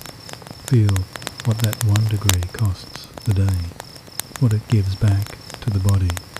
The chest now, that center of the chest, the sternum, the breastbone, the specific place behind the front of the body where the day's emotional residue has been pressing from inside through every hour of the full engagement. Let the next breath in move directly toward that place, not forcing it open, offering warmth to it. Patient, specific, unhurried warmth. The breath arriving in the tight center of the chest. The way a warm hand arrives on a cold shoulder, not changing the temperature dramatically, simply offering the specific, sustained presence of warmth to a place that has been too contracted and too defended to receive it until now. And with the exhale, feel something shift. It will not be dramatic. The shifting of something that has been held through a full day of full engagement does not announce itself with a visible change or a dramatic release. It announces itself quietly in the specific, small, entirely real quality of a chest that is fractionally more open than it was before the breath arrived there. In the slight easing of the compression that has been present since sometime this morning, in the fractional widening of the space inside the chest, the heart having a little more room around it, the breath having a little more territory to move through. The day was in that compression, and with that exhale, a small, specific, genuine portion of the day has moved from the center of the chest into the breath and out of the body into the room where it can simply rest, no longer carried, no longer compressed into the center of the person who has been carrying it, simply released into the air of the room that belongs to the night. The arms feel slightly lighter, the chest slightly wider. The shoulders, which released their 1 more degree, are now in a position they have not occupied since the first demand of the morning arrived and the body began its response to the day. The day is being set down, not dramatically, not completely, not yet, but genuinely, specifically, in the body, in the physical fact of open hands and a released chest and shoulders that have fallen 1 more degree toward the floor. Something real has just happened. Something that was held is no longer being held in the same way. The releasing has begun in earnest. Where the day was, there is now space. Not emptiness, not the uncomfortable, slightly suspicious absence of something that was present and has now gone missing. Something different from that. A warm space, a quiet space, a space that belongs to the listener in a way that nothing in the full day belonged to them, not scheduled, not demanded, not filled before it had the chance to register a space at all. Simply here, open, warm, available in the specific way that the night is available when the day has genuinely, physically begun to release its hold, Rest in it for a moment, without rushing toward the next section, without reaching forward for what comes next in the sequence of the session. Simply being in the space that has opened the specific, warm, quiet space that exists right now in the center of a chest that has been compressed by the day and has just begun to expand, in the shoulders that have fallen 1 degree further than they have been since morning, in the hands that are open and no longer holding the day's requirements. The impulse, familiar to most people who have been fully engaged in a full day, is to fill available space the moment it appears. Space feels unfamiliar, the quiet of a moment in which nothing is being held, and nothing is being managed, and nothing is being prepared for, tends to feel slightly suspect to a nervous system that has been under the day's occupation for the last however many hours. The moment the holding eases, something reaches for the next thing to hold. The moment one thought passes, the next one arrives to fill the gap before the gap has had the chance to be fully felt. Tonight, notice that impulse without following it. The reaching for the next thing is simply the day's momentum continuing. A habit of full engagement, looking for something to engage with. The mind that has been on all day, reaching for the activity that on has always meant. Notice it arriving, and then, instead of following it toward the next thought, or the next concern, or the next piece of the day's content, simply let it pass. The same way the thoughts are being noticed rather than followed. The same way the gap between thoughts is being rested in when it appears. The reaching is just another thought, and like every thought, it passes when it is not fed. Let the space be space. Notice the warmth in it, not the warmth of exertion, the warmth of a body that has released its holdings and is receiving, in the places where the holdings were, the increased circulation that the released muscles are now allowing, the warmth of blood moving more freely through tissue that has been slightly constricted by the day's tension and is now, as the tension releases, receiving what the tension was preventing, the warmth of a chest that has opened around a heart that is beating a little more freely in the space that the opening has created. This warmth is the body receiving its own care, not care given from outside care. The body has always been ready to give itself, that it produces automatically and continuously the moment the conditions that were preventing it have been addressed. The conditions were the day's holdings, the compressed chest, the elevated shoulders, the contracted belly, the controlled breath. As each of those holdings releases, the body moves immediately to fill the vacated space with what it has always been trying to offer, the warmth and the circulation and the specific biological care of a system turning its resources toward its own maintenance rather than the day's demands. This is happening right now, in the specific places that the releasing has reached: the chest, the shoulders, the hands, the hips, the lower back, the belly.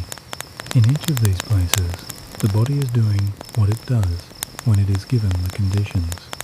It is caring for itself, quietly, automatically, without any instruction or oversight from the mind that has been managing everything else, simply doing what it was always going to do. The moment the day's requirement for its resources was reduced enough to make the resources available. Feel it in the chest most specifically, the warmth there in the specific place behind the sternum where the day was pressing from inside, and the breath just arrived with warmth, and the exhale just carried something away. That place is different from what it was 10 minutes ago. Not dramatically, the body does not change dramatically in 10 minutes, but genuinely different, a fraction more open, a fraction warmer. The compression that was there at the beginning of this section is slightly less present than it was. The day is slightly less present than it was, and in the space it is vacating very gradually, very specifically, Very honestly, something else is arriving. Not sleep yet. Something that precedes the sleep and makes the sleep possible. The specific quality of the body received back into its own care. The night beginning to occupy the territory the day has been giving up. The warmth of a body that has been allowed to stop performing and has started, in the most fundamental and biological sense, to simply be. Rest in this. There is nowhere to be from here except here. And here, right now, is exactly where the night has always wanted you. The night is giving something back. Not in the metaphorical sense, in the specific, physiological, entirely real sense of a body whose conditions have changed and whose biology is responding to that change with the specific, automatic, self-directing restoration that bodies are built to provide when they are given the conditions to provide it. Here is what is being given back right now. The cortisol that has been elevated through the full day's engagement, the specific stress hormone that the demanding hours produce in the bloodstream in the quantities that sustained engagement requires, is beginning its decline. Not dramatically, not all at once, but in the specific, gradual way that cortisol declines when the conditions for the recovery state are present. When the muscles release their held tension, when the breath deepens and the exhale carries the vagus nerve's safety signal to the brainstem, when the nervous system begins the transition from its daytime alertness toward the nighttime recovery that the body needs. The cortisol decline is already underway. It has been underway since the first genuinely deep exhale of the breathing section, since the first sustained evidence reached the nervous system that the demands have paused and the alert state is not currently required. It is more advanced now, after the body scan and the mind work and the beginning of the actual releasing, than it was at the beginning of the session. The body is clearing, very gradually, the chemistry that the day produced. And the clearing of that chemistry changes the quality of the experience from inside the body, the specific felt difference between a system that is running on the day's elevated chemistry and a system whose chemistry is returning toward its nighttime baseline. The muscles that have been released are receiving something. The specific area of the lower back that the body scan addressed the muscles on either side of the lumbar spine that were dense with the day's accumulated holding, are receiving increased circulation as they release their tension. The blood that was slightly withdrawn from those muscles by the alert state's characteristic redistribution of resources toward the core is returning.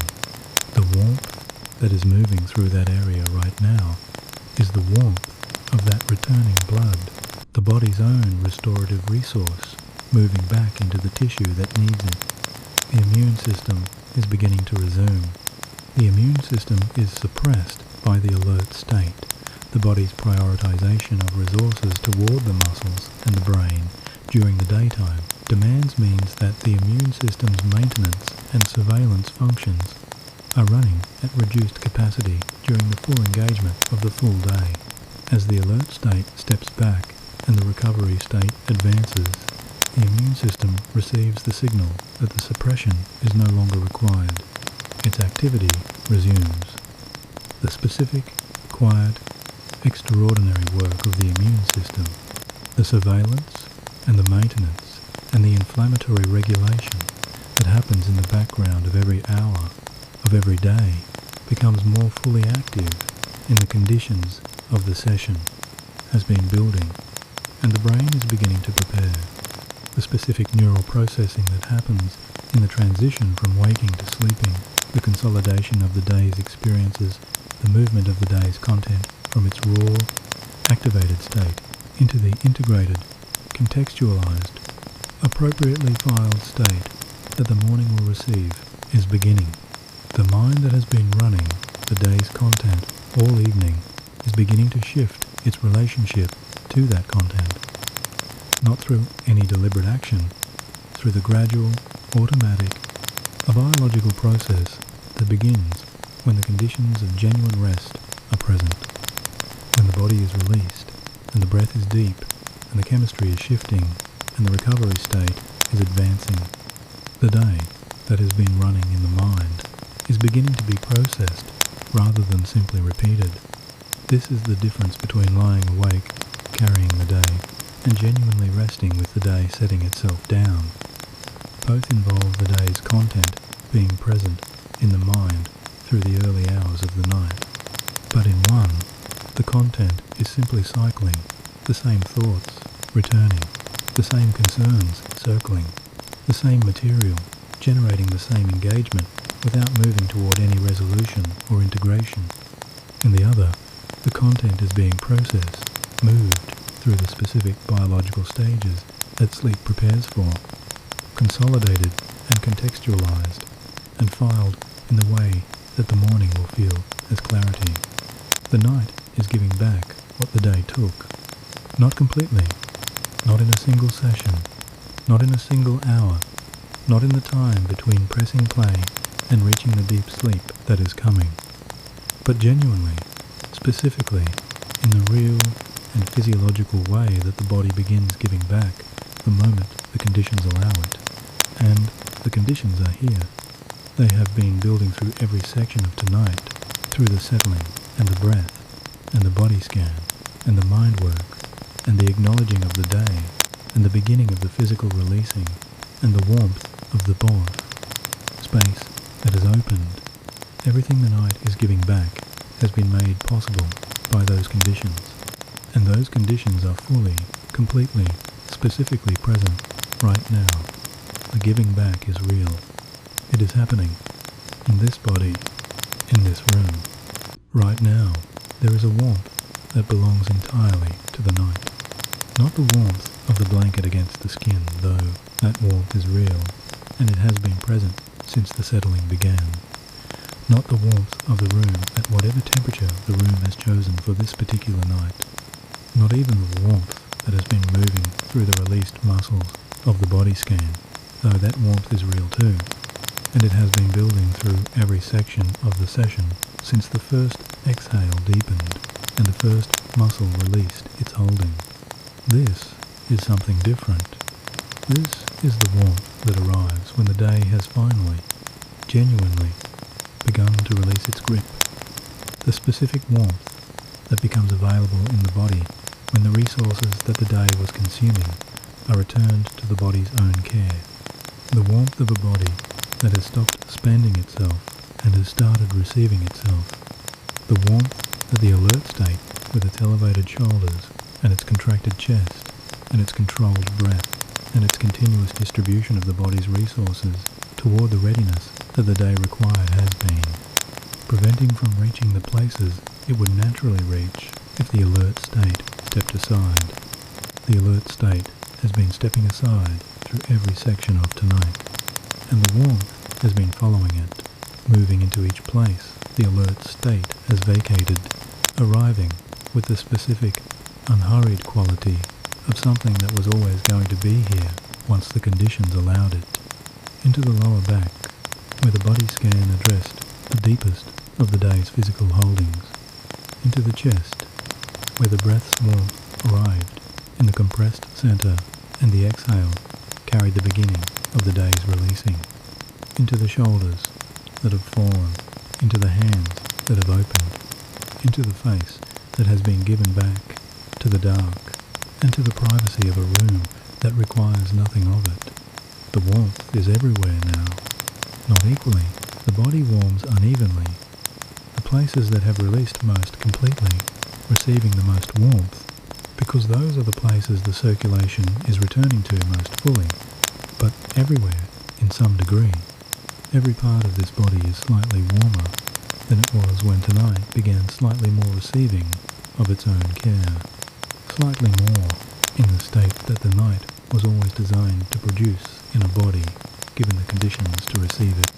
Feel it now, not by searching for it, or producing it, or ensuring it is arriving in the correct way, simply by resting the awareness in the center of the body, in the warm, living, breathing center that has been here through every moment of this session and noticing what is actually there. The warmth of the heart that has been beating through every demanding hour of the full day and is still beating steadily and faithfully in the slightly more open chest that the session has been building toward. The warmth of the breath moving through tissue that is more released and more receiving than it was at the beginning of tonight. The warmth of the night itself. There is a quality that the night has a specific, available warmth that belongs to the nighttime hours, and that the body of a person who has genuinely released the day is able to feel in a way that the body of a person still carrying the day cannot. The day keeps the body in a specific orientation toward the external world. The chest slightly narrowed in protection, the shoulders slightly elevated in readiness, the breath slightly rationed in availability. This orientation, however necessary it is for the day, prevents the body from fully receiving what the night offers, from being fully open to the specific, quiet, interior warmth of a system that has been given the space to care for itself.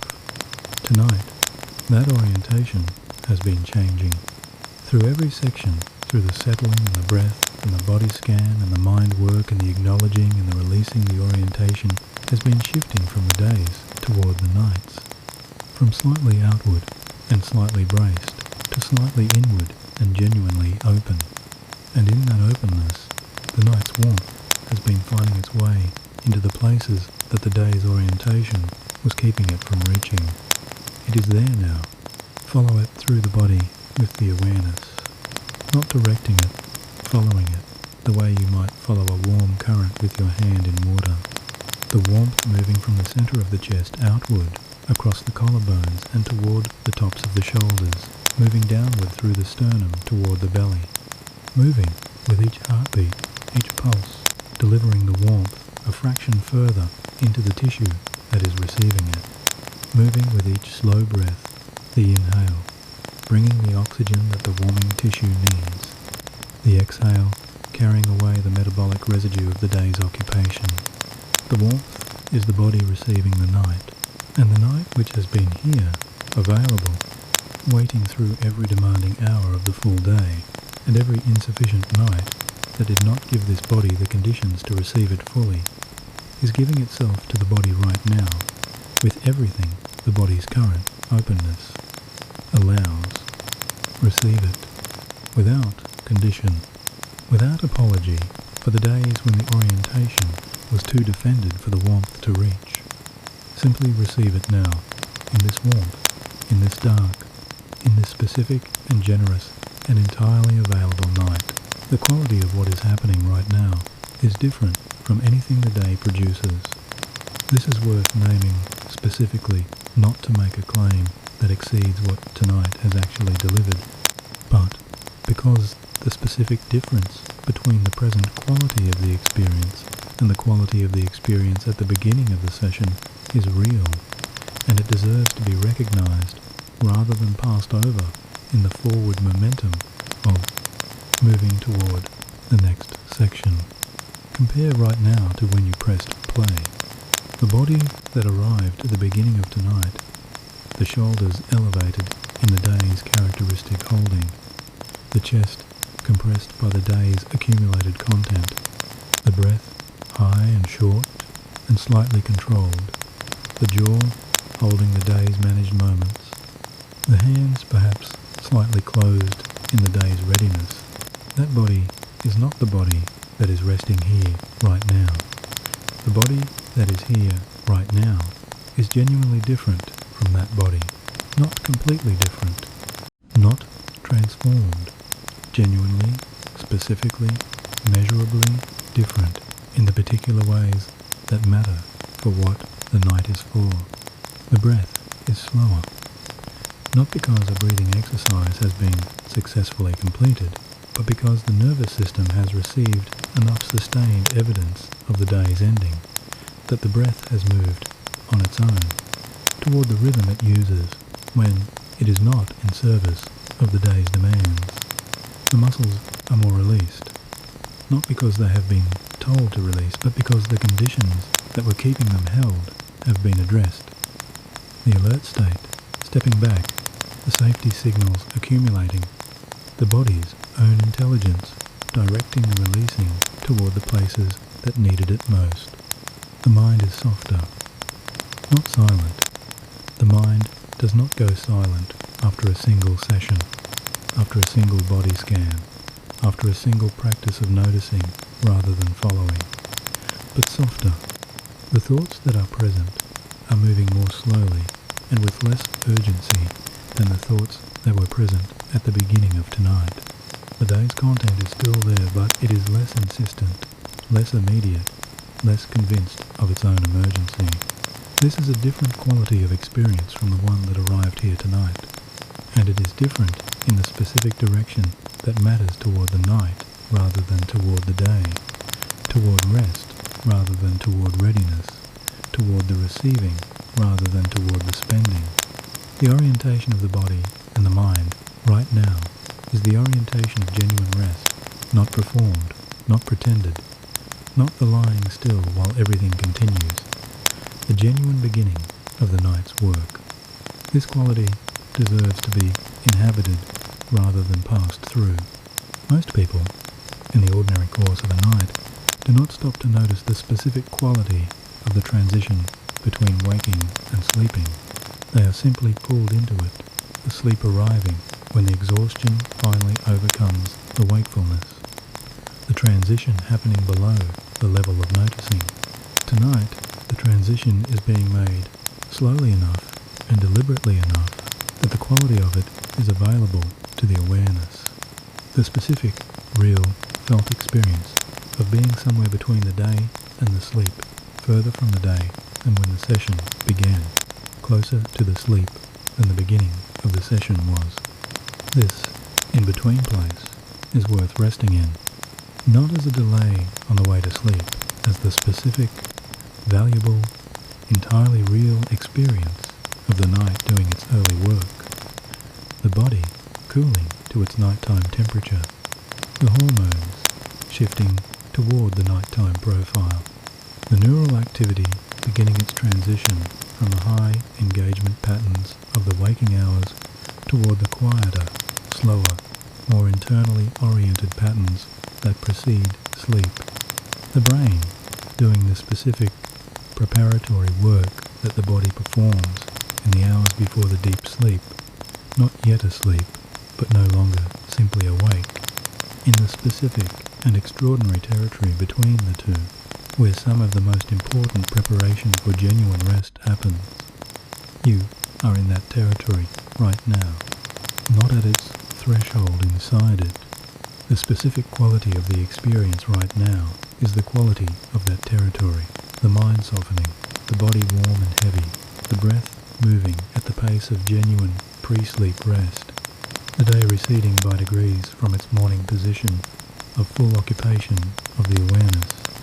Feel what this quality is, not to analyze it or assess it or compare it against some standard of correct pre-sleep experience, simply to feel it, the specific, warm, slightly weightless, slightly loosened quality of a person who is genuinely in the night, rather than simply lying in the dark.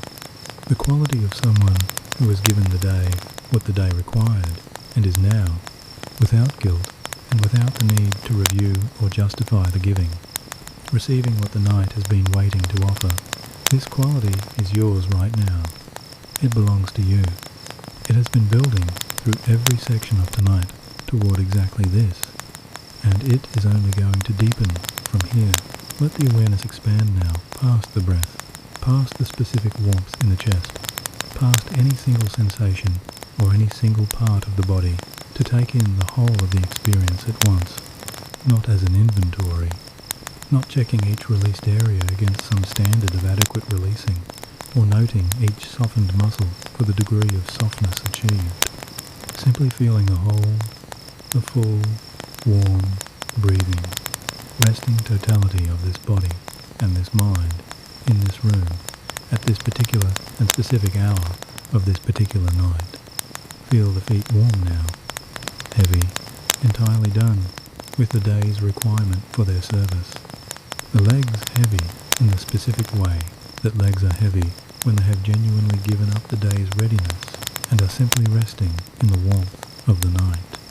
The hips and the lower back softer than they were, not completely released, because that kind of complete releasing takes longer than a single session, but genuinely different from the specific density they were carrying when the awareness first arrived there.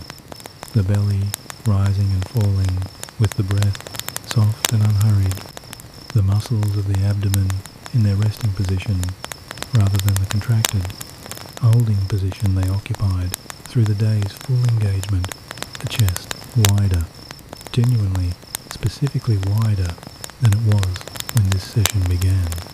The compression that has been present since sometime this morning has eased. The heart beating in a chest that has more room around it than the day was giving it. The shoulders lower than the day had them, the arms heavy along the sides of the body, the hands open at their ends, uncurled and unreaching, and not prepared for anything. The neck long and soft, the face smooth and private and released from every expression the day required it to maintain.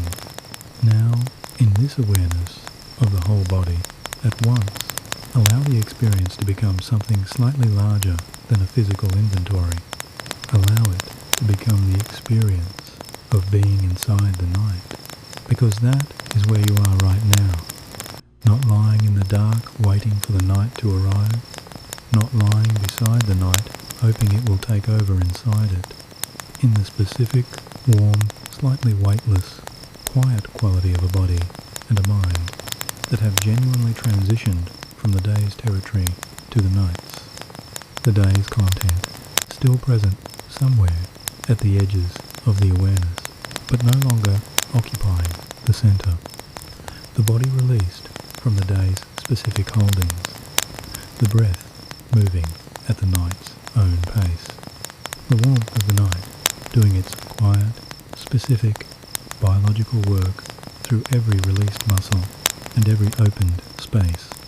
Think of the night as its own country, a different country from the day, with different rules, a different quality of time, a different orientation of the self within the experience. The day is a country of forward movement of the next task, following the previous, the next demand, following the last, the next moment, calling for whatever the moment requires, before the previous moment has quite finished. The night is a country of stillness, where the forward movement pauses, where the requirements cease, where the next moment does not call for anything, but simply arrives in the warm, unhurried way that moments arrive when nothing is being required of their arrival. You have crossed into the night's country tonight. Not at the beginning of the session. The session began in the day's country, with the day still running and the mind still in the middle of it, and the body still carrying the day's specific record. But gradually, through every section of tonight, the crossing has been happening. The body scan was a section of the crossing. The breath work was a section of the crossing. The noticing practice was a section of the crossing. The acknowledging and the physical releasing and the warmth of the space that opened all of it has been the crossing. And right now, in this warmth, in this quality of the experience that is genuinely different from the quality at the beginning of the session, you are in the night's country. Feel its specific quality, the warmth that belongs to it, the body's own warmth, the circulation moving freely through released tissue, the specific biological warmth of a system that has been given the conditions to care for itself, the heaviness that belongs to it, the muscles having given up the day's held readiness, the weight of the limbs no longer being managed against gravity, but simply given to it, the breath that belongs to it, slow, full, the belly involved, the exhale more complete than the day's breath allows, the mind that belongs to it, softer, less occupied, moving at a pace that belongs to the night rather than the day. The thoughts that are present are the thoughts of a mind that is approaching the territory where thought becomes image, where the linear logic of waking consciousness begins to loosen into the more associative, less directed quality that precedes sleep. This is the night's country. You are inside it, and inside it, nothing is required of you except to remain. The monitoring mind has one more question. You may have felt it somewhere in the last few minutes, the part of the awareness that has been present through the entire session, not as a recipient of what was being offered, but as an observer of whether it was working. The part that has been tracking, at intervals, whether the releasing has been sufficient, whether the day has genuinely been set down or only partially set down, whether the quality of the present experience constitutes the letting go that the title promised, or whether there is still more work to be done before the real rest can arrive. This is the day's last foothold. Not the day's content, the thoughts and the concerns and the replays have been addressed through every section of this session and are quieter now than they were. This is the day's orientation, the specific, forward-facing, always assessing quality that the full engagement of a full day installs in the awareness, and that does not automatically depart just because the day's content has begun to recede. The orientation that is always asking, is this enough? Have we done enough? Is what is being produced here sufficient for what needs to be produced? That orientation has served the day well. It is what kept the attention focused through every demanding hour. What ensured that the things that needed to be completed were completed, that the people who needed the listener's presence received it, that the responsibilities met were actually met rather than approximately met. The day required this orientation, and the day received it through every hour, through every managed moment, through every point in the full engagement where the monitoring quality of the awareness was the specific thing that made the difference between something done well and something done approximately. But the night does not require it, and tonight, with the warmth present everywhere, and the body genuinely more released than it has been since this morning, and the breath moving at its nighttime pace, and the mind softer than the session began tonight, the monitoring has been assessing a situation that has already arrived at what it was looking for. The releasing that has been happening throughout the session is real. The day that has been setting down through every section is genuinely, specifically, measurably less present in the body and the mind than it was when the session began. The letting go that the title promised has been happening gradually, genuinely, in the body's honest and trustworthy way, through every breath and every released muscle and every noticed thought and every moment of warmth received in the place where the day was. The monitoring has been monitoring something that has already arrived. Let it notice this now, not as a victory or a completion or a reason to feel satisfied about the session's performance, simply as the honest recognition of where things actually are, which is genuinely, specifically, measurably further from the day and closer to the rest than where things were when tonight began. The monitoring mind has been looking for evidence of the letting go. The evidence is everywhere in the body right now, in the released shoulders and the open chest and the softened face and the heavy limbs and the warm hands that are not holding anything. The looking can stop. The monitoring can rest in the same way that the vigilance was given permission to rest earlier in the session, in the same way that the day's readiness was given permission to ease. Not because the monitoring is wrong or unnecessary in general, because tonight it has done its job. It has been present through every section. It has noted the releasing as it happened. It has assessed the quality of the experience at each stage.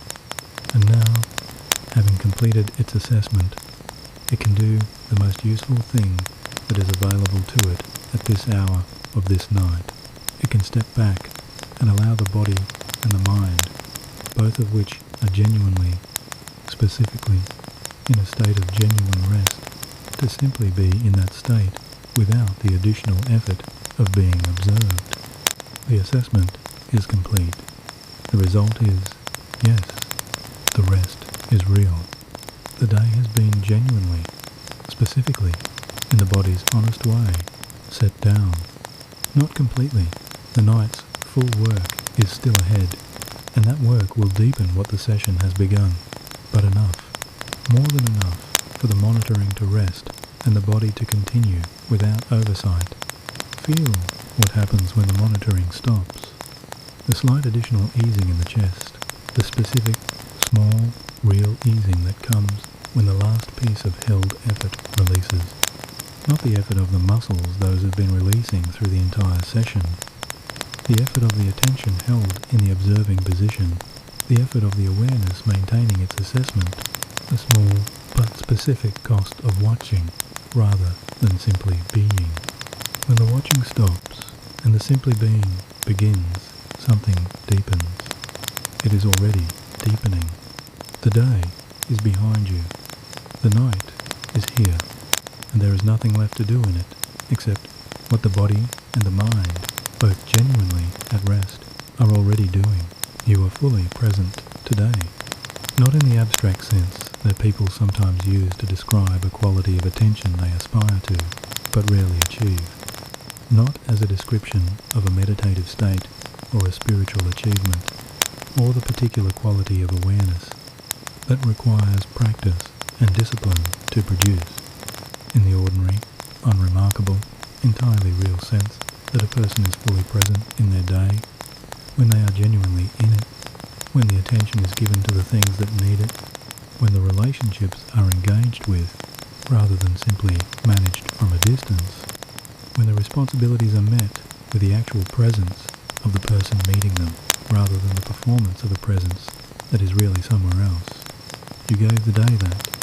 Whatever the day contained, and the specific contents of today are yours alone, known completely only by the person who was inside every moment of them. You were there for it, not waiting beside it or observing it from a slight remove, or moving through it with the partial attention of someone who is always partly somewhere else. There, genuinely, specifically, in the moments as they arrived, bringing the actual quality of your actual presence to the actual things that the actual day required. This is not a small thing. It would be easy to pass over it. The day ends, and the next one begins, and the continuous forward movement of ordinary life does not build in the specific pause that genuine acknowledgement requires. There is no ceremony for the person who was fully in their day. No recognition offered to the person whose full presence cost something, and whose presence was worth what it cost.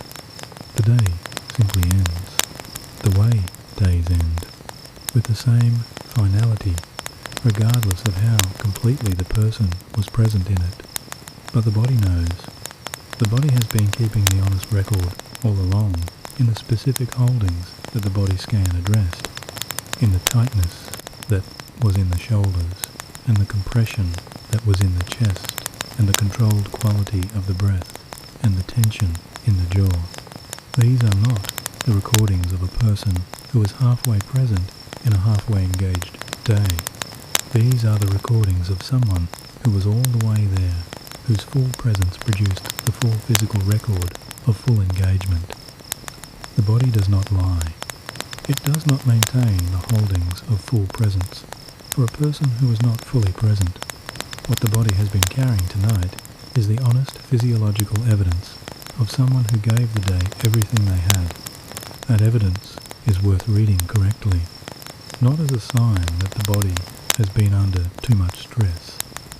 The rest is genuinely needed, and the session has been providing the conditions for that rest, as a sign that the person inside the body was fully alive in their day, that the meetings attended were actually attended with the real attention of a real person, rather than the simulated attention of someone who was managing the appearance of presence, that the relationships navigated were actually navigated with the real care that relationships deserve, rather than the performed care of someone going through the motions, that the responsibilities met were actually met with the genuine engagement of someone for whom the meeting of responsibilities is not a performance, but an expression of who they are. The full presence produced the full record, and the full record carried into this room, addressed by the body scan, partially released through the breath and the physical releasing, arriving now at this point in the session where the body is warmer and heavier and genuinely more rested than it has been since the first hour of the day, is the most honest evidence available that today was genuinely lived. You lived it fully. The specific, quiet, entirely unwitnessed courage of being genuinely present in an ordinary day, of bringing the real quality of the actual self to the actual requirements of the actual hours, is not something that the day's external accounting recognizes, but it is real. It happens. It costs something specific and produces something specific, and the person who gives it to their day is a person who has genuinely been somewhere, rather than simply having been present at something. That is, who was in today. And that person having been all the way in the day, having given it the full quality of their actual presence, having carried the full record of that presence into this room and through this session, has arrived at this moment genuinely deserving of what tonight is offering. Not deserving in the way that implies the rest must be earned through sufficient suffering, or sufficient productivity, or sufficient demonstration of worthy effort. Deserving in the simpler and more honest sense that a person who is given a full day of full presence has created, through that giving, a genuine and specific need for the rest that the night provides. The need is real. The rest is here. And the person who was fully present today, whose shoulders held the day, and whose chest compressed around it, and whose jaw managed it, and whose hands held it, and whose face presented it to the world with the specific, continuous, largely unacknowledged effort of a person who takes their presence seriously. That person is lying here, right now, in the warmth of a body that has begun to release what the day put in it. You were fully present today, and tonight, finally, completely, the night is fully present for you. There is a version of yourself that exists when the day is not running the room.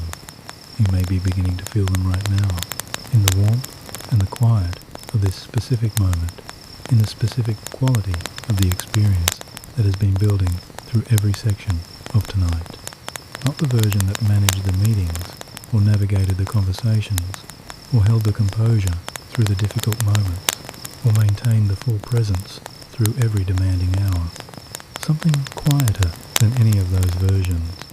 Something that does not have a job description, or a set of responsibilities, or a particular performance to maintain. Simply yourself, in the specific, warm, unhurried, entirely private way that the self exists when the day's requirements are not determining the shape of every moment. The self that is not defined by what it produces, or manages, or maintains, or achieves. The self that exists in the gaps between the day's demands, in the brief pauses between one required thing and the next, in the moments of ordinary grace that appear in the middle of demanding hours, in the specific quality of being a person rather than a function, a presence rather than a performance. That self has always been here, underneath the day's occupation of the awareness through every demanding hour, through every managed moment, through every point in the full engagement where the person was operating at the level of their function, rather than simply being present in their existence.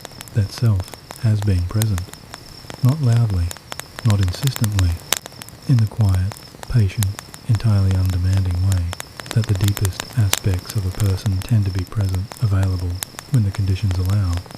Simply there, when the conditions permit the awareness to rest in something more fundamental than the day's requirements. The conditions are permitting it right now. Feel who is resting here. Not the person the day required, not the version that managed and produced and navigated and maintained. The person underneath those versions. The person who existed before the first demand of the morning arrived, and who will exist after the last demand of tomorrow has been met. The person whose presence is not conditional on any particular performance of capability or composure or productivity. The person who is simply, irrevocably, warmly here in this body, in this room, in this warmth, breathing at this pace, belonging to this specific moment, rather than to any version of the day's requirements. This is who has always been at the center of everything, not the versions that the day calls forward. Those versions are real too, and they serve real purposes, and the full presence they bring to the day's requirements is the thing that makes the day worth living, rather than simply survive. But they are not the center. They are what the center does when it is called into particular forms of expression by the day's particular requirements. The center itself, the quiet, warm, self-sufficient, entirely unconditional core of the person who is lying here, is something more fundamental and more persistent than any of the day's required versions. That center is what is resting here tonight, returned to itself, not through anything dramatic or effortful or requiring particular skill, but simply through the gradual, patient, specific work of tonight's session, creating the conditions for the day's versions to step back and the center to become more available. The body scan gave the body the conditions. The breath work gave the nervous system the conditions. The mind work gave the thoughts the conditions to be observed rather than followed. The acknowledging and the releasing gave the day the conditions to begin its departure, and the departure of the day, as it proceeds breath by breath, release by release, section by section through the night ahead, reveals, underneath it, the specific quality of the self that the day has been temporarily covering, not dramatically. The revelation of the quiet center of a person does not announce itself with drama. It simply becomes more available, the way a room becomes available when the clutter that has been filling it is gradually, patiently, without force or urgency, cleared. The room was always there. The space was always there. The clearing simply makes it visible, makes it inhabitable in a way that the clutter was preventing. You are becoming more inhabitable to yourself tonight. That is what the session has been building toward, not sleep as a destination in itself. Though sleep is coming, and it is genuinely restorative, and it is exactly what the body needs. But the specific, real, entirely available experience of being the person you are when the day is not running things, of resting in the center that has always been there, that the full presence of the full day tends to cover without eliminating, that returns as it always returns, the moment the conditions allow. Feel that center right now, in the warmth of this body, in the slow, full nighttime breath, in the heaviness of limbs that have given up the day's readiness, in the softness of a face that has been returned to its private, unperforming state, in the quality of the mind that is softer and slower and less oriented toward the day's territory than it has been since the morning's first demand. This is you, the center of you, the version of you that exists when the day is not in the room. This is who has always been worth coming home to. And tonight, finally, completely, in the warmth of a body that has begun to set the day down, you are home.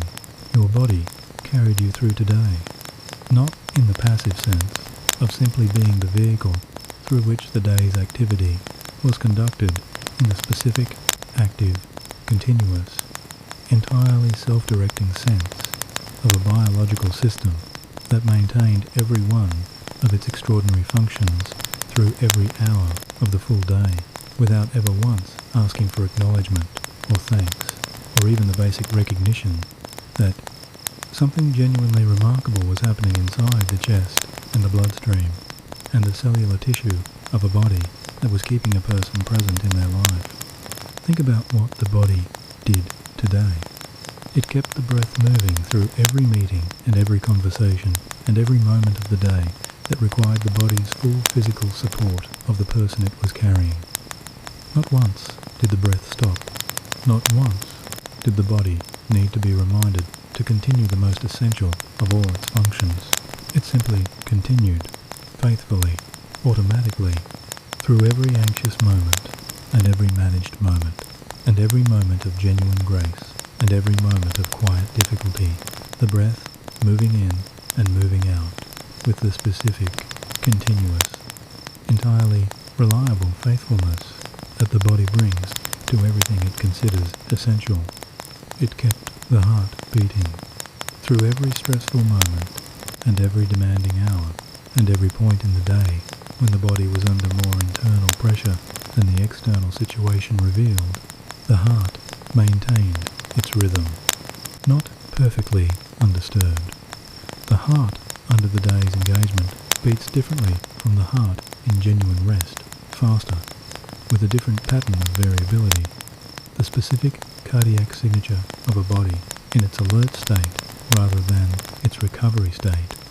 But it continued, every beat through every hour, an average of 100,000 beats through the course of a full day, each one delivering what every cell in the body needed, each one doing its work without a single moment of hesitation or complaint or request for acknowledgement. It managed the chemistry, the specific, sophisticated, moment-by-moment management of the body's internal chemical environment, the hormones and the neurotransmitters and the inflammatory markers and the specific biochemical signals that travel between every system and every organ and every cell in continuous, sophisticated, entirely self-directed communication. Through every demanding hour, through every elevation of cortisol that the stress of the day required, and every adjustment of the cardiovascular system, and every management of the immune activity, and every regulation of the temperature and the blood sugar and acid-base balance. The body managed all of it, simultaneously, continuously, without once requiring the conscious mind's participation in any of the specific mechanisms. It held the face, the specific, intricate, continuous muscular management of a face that has been doing its most public work through every interaction of the day. The tiny muscles around the eyes and the jaw and the forehead and the cheeks, coordinating the specific expressions that the day's moments called for, managing the gap between the internal state and the external presentation, doing the work that the face does in a full day of full human engagement through all of it. The body managed the face's specific requirements without interrupting any of the 1,000 other things it was simultaneously managing. All of this happened today, in this specific body, in the body that is lying here right now, warm and released and resting in the warmth of the night's own care. The body that has been doing all of this and more than this, at a level of biological sophistication that the most advanced medical technology can observe and describe, but cannot fully replicate, has been doing it not because it was asked to, and not because it received compensation, and not because it had any choice in the matter of keeping the person inside it alive, and functional, and present in their life, through every demanding hour of the day that just ended. It did it because that is what the body does. It did it the way the body has always done it, faithfully, continuously, without acknowledgement, without complaint, without any requirement that the person inside it notice or appreciate or even be aware of the extraordinary, self-directing, entirely unconditional work happening in every cell and every system through every moment of every day of this entire life. The body has been on your side through every moment of today, not despite the day's demands, through them, faithful through the elevated cortisol hours and the braced muscle hours and the controlled breath hours and the specific, accumulated, gradually increasing cost of a full day's full engagement, faithful in the adjustments it made, without being asked the slight elevation of the heart rate when the stress arrived, the specific immune responses to the day's various challenges, the management of the temperature and the chemistry, and the 1,000 small calibrations that kept the body functional when the day was asking more of it than comfort would have provided. Tonight, this body has received something. Through every section of the session, through the settling and the breath and the body scan and the releasing, this body has been given what it was waiting to receive. The conditions for genuine rest. The permission to stop performing and start receiving. The warmth that arrives when the alert state steps back and the circulation moves freely into the places it has been slightly withdrawn from. The body that carried you through today is being carried by the night right now, held by the surface beneath it, warmed by its own returning resources, resting in the specific, earned, entirely deserved quality of a body that gave a full day everything it had, and is now, finally, receiving in return. Let it receive, completely, without condition, without the faint sense that the rest should be reduced to something more manageable or more appropriate to whatever remains unresolved. The body that gave the day everything it had is worth the night giving everything the night has.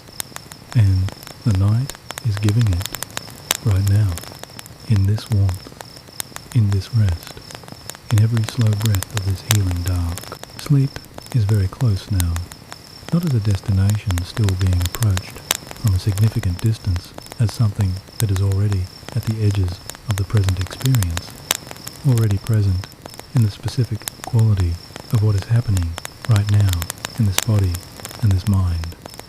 The threshold is close, perhaps already being crossed in the specific, imperceptible way that genuine thresholds are crossed, not with a dramatic moment of transition, but with a gradual, entirely trustworthy process of one state giving way to another as the conditions shift irreversibly in the direction of the shift.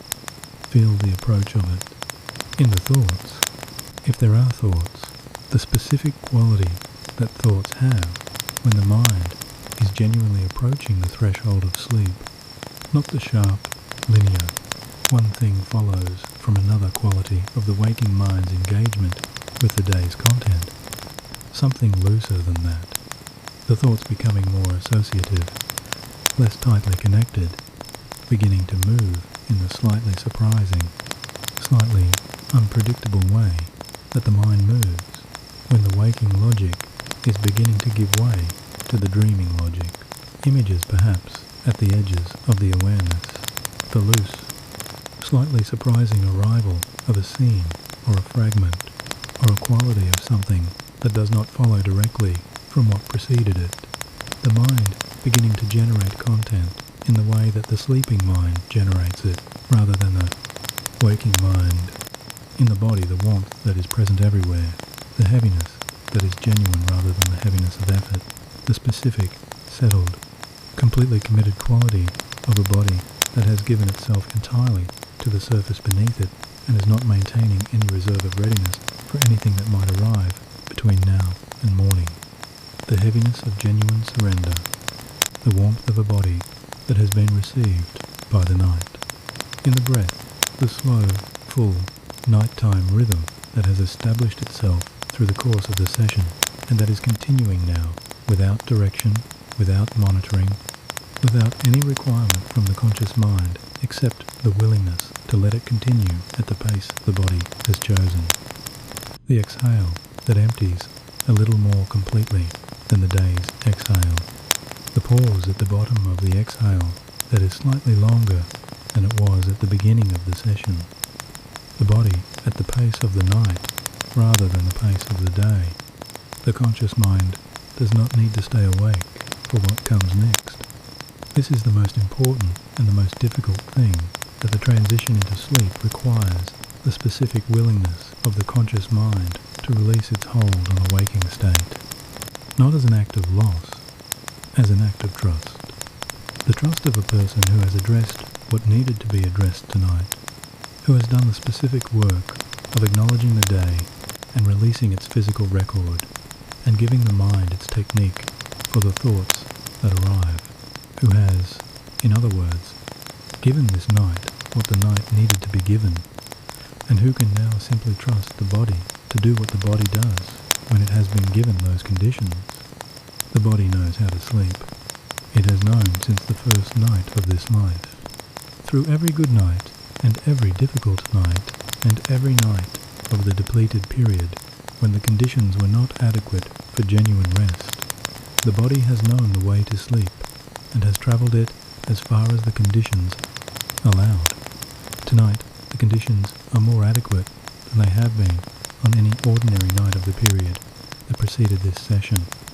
The body is going further than the ordinary nights have allowed, and the conscious mind's only remaining role in this is the simplest and most complete role it has ever been asked to play, to let the body lead. Let it lead. The voice will continue through the night, not asking anything, not directing anything, simply present in the room and in the awareness, in the way that the warmth is present, not requiring attention, simply there. The part of the listener that receives, even in sleep, has always been open, will remain open through every hour of the night ahead, receiving what arrives with the specific below awareness, receptivity of the sleeping mind that takes in what is offered without the analytical mind's filtering of what is allowed to land. The affirmations that follow are for that part, for the sleeping mind, for the specific, receptive, entirely undefended quality of consciousness that continues through the night. They will arrive with the breath one per breath cycle, the rhythm of the nighttime breath carrying each one to wherever it needs to reach. They do not require conscious reception. They will be received by the part of the listener that receives everything the night offers, whether the conscious mind is present for the receiving or not. Good night. Not as a formality, as something genuinely, specifically, warmly meant from a voice that has been here through every chapter of tonight, through every releasing and every breath and every acknowledged thought and every moment of warmth received in the space the day was leaving, from a voice that knows with the specific evidence-based certainty of having been present through everything tonight has produced, that the rest now arriving is exactly what was needed and is the specific, honest, genuinely earned completion of a day that was fully lived. The day is behind you. The night is yours. Fall into it now. Let the body carry you the rest of the way. These words will stay with you through the night, not as something the conscious mind needs to track or follow or ensure is being received in the right way. The conscious mind has done everything that was asked of it tonight. It arrived with the day still running, and it stayed through the body scan, and it practiced the noticing, and it acknowledged the day, and it received the warmth, and it inhabited the quality of the night's country, and it found, in the warmth and the quiet of the deep rest, something closer to the center of itself than the day's full occupation tends to allow. It has done its work. It has been present for every section of the session, and it has contributed what it could contribute to the conditions that the session has been building. Its work is done. What follows is for the part of the listener that continues even when the conscious mind has released its hold on the waking state.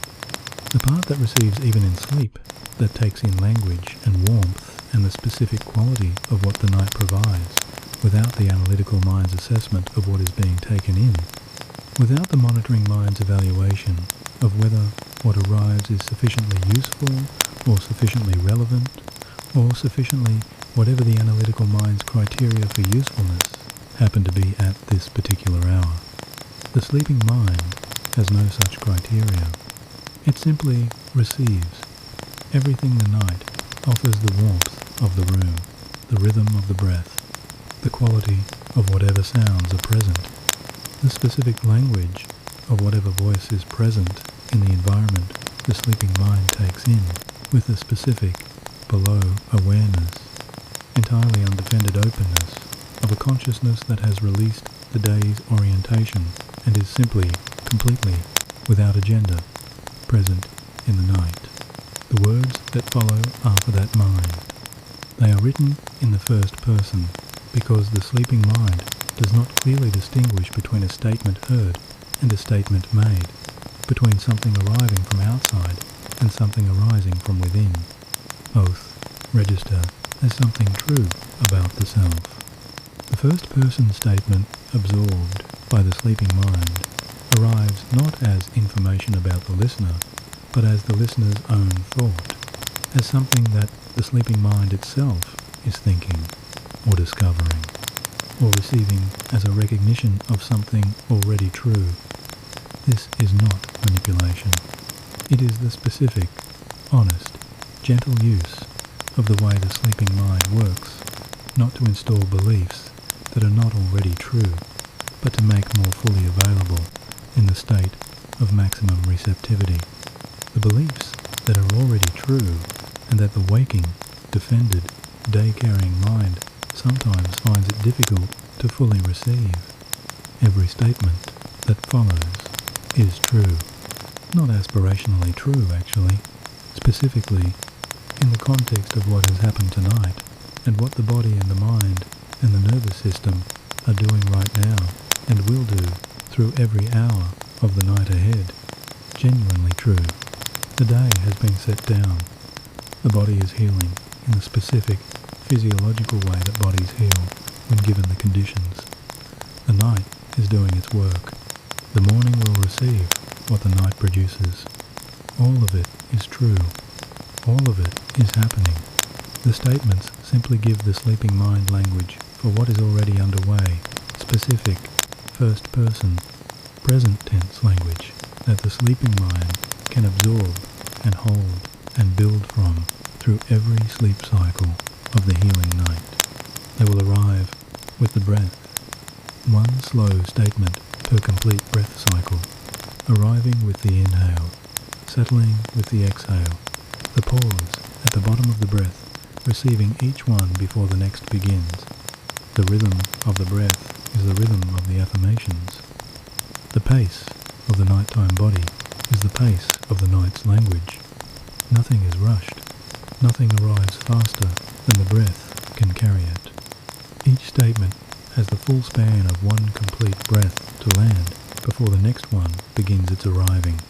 The voice will continue at this pace through every hour of the dark, not getting louder as the hours pass, not becoming more insistent or more urgent or more demanding of attention as the night deepens, simply continuing at this specific, unhurried, entirely present quality that has been the voice's quality through every chapter of tonight.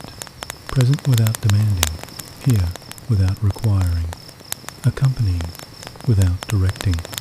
The day is behind you. Everything that tonight has been building toward has been reached in the body, in the warmth, in the quality of the rest that is present right now, in the approach of the sleep that is coming. The conditions are complete. The body has everything it needs. The night has everything that was asked of it. Simply receive now. That is all. The receiving has already begun, and the words that carry it forward through every hour of the night are beginning. Now, I release the day with each slow and gentle breath. Breathing in, the day is behind me, and the night is mine.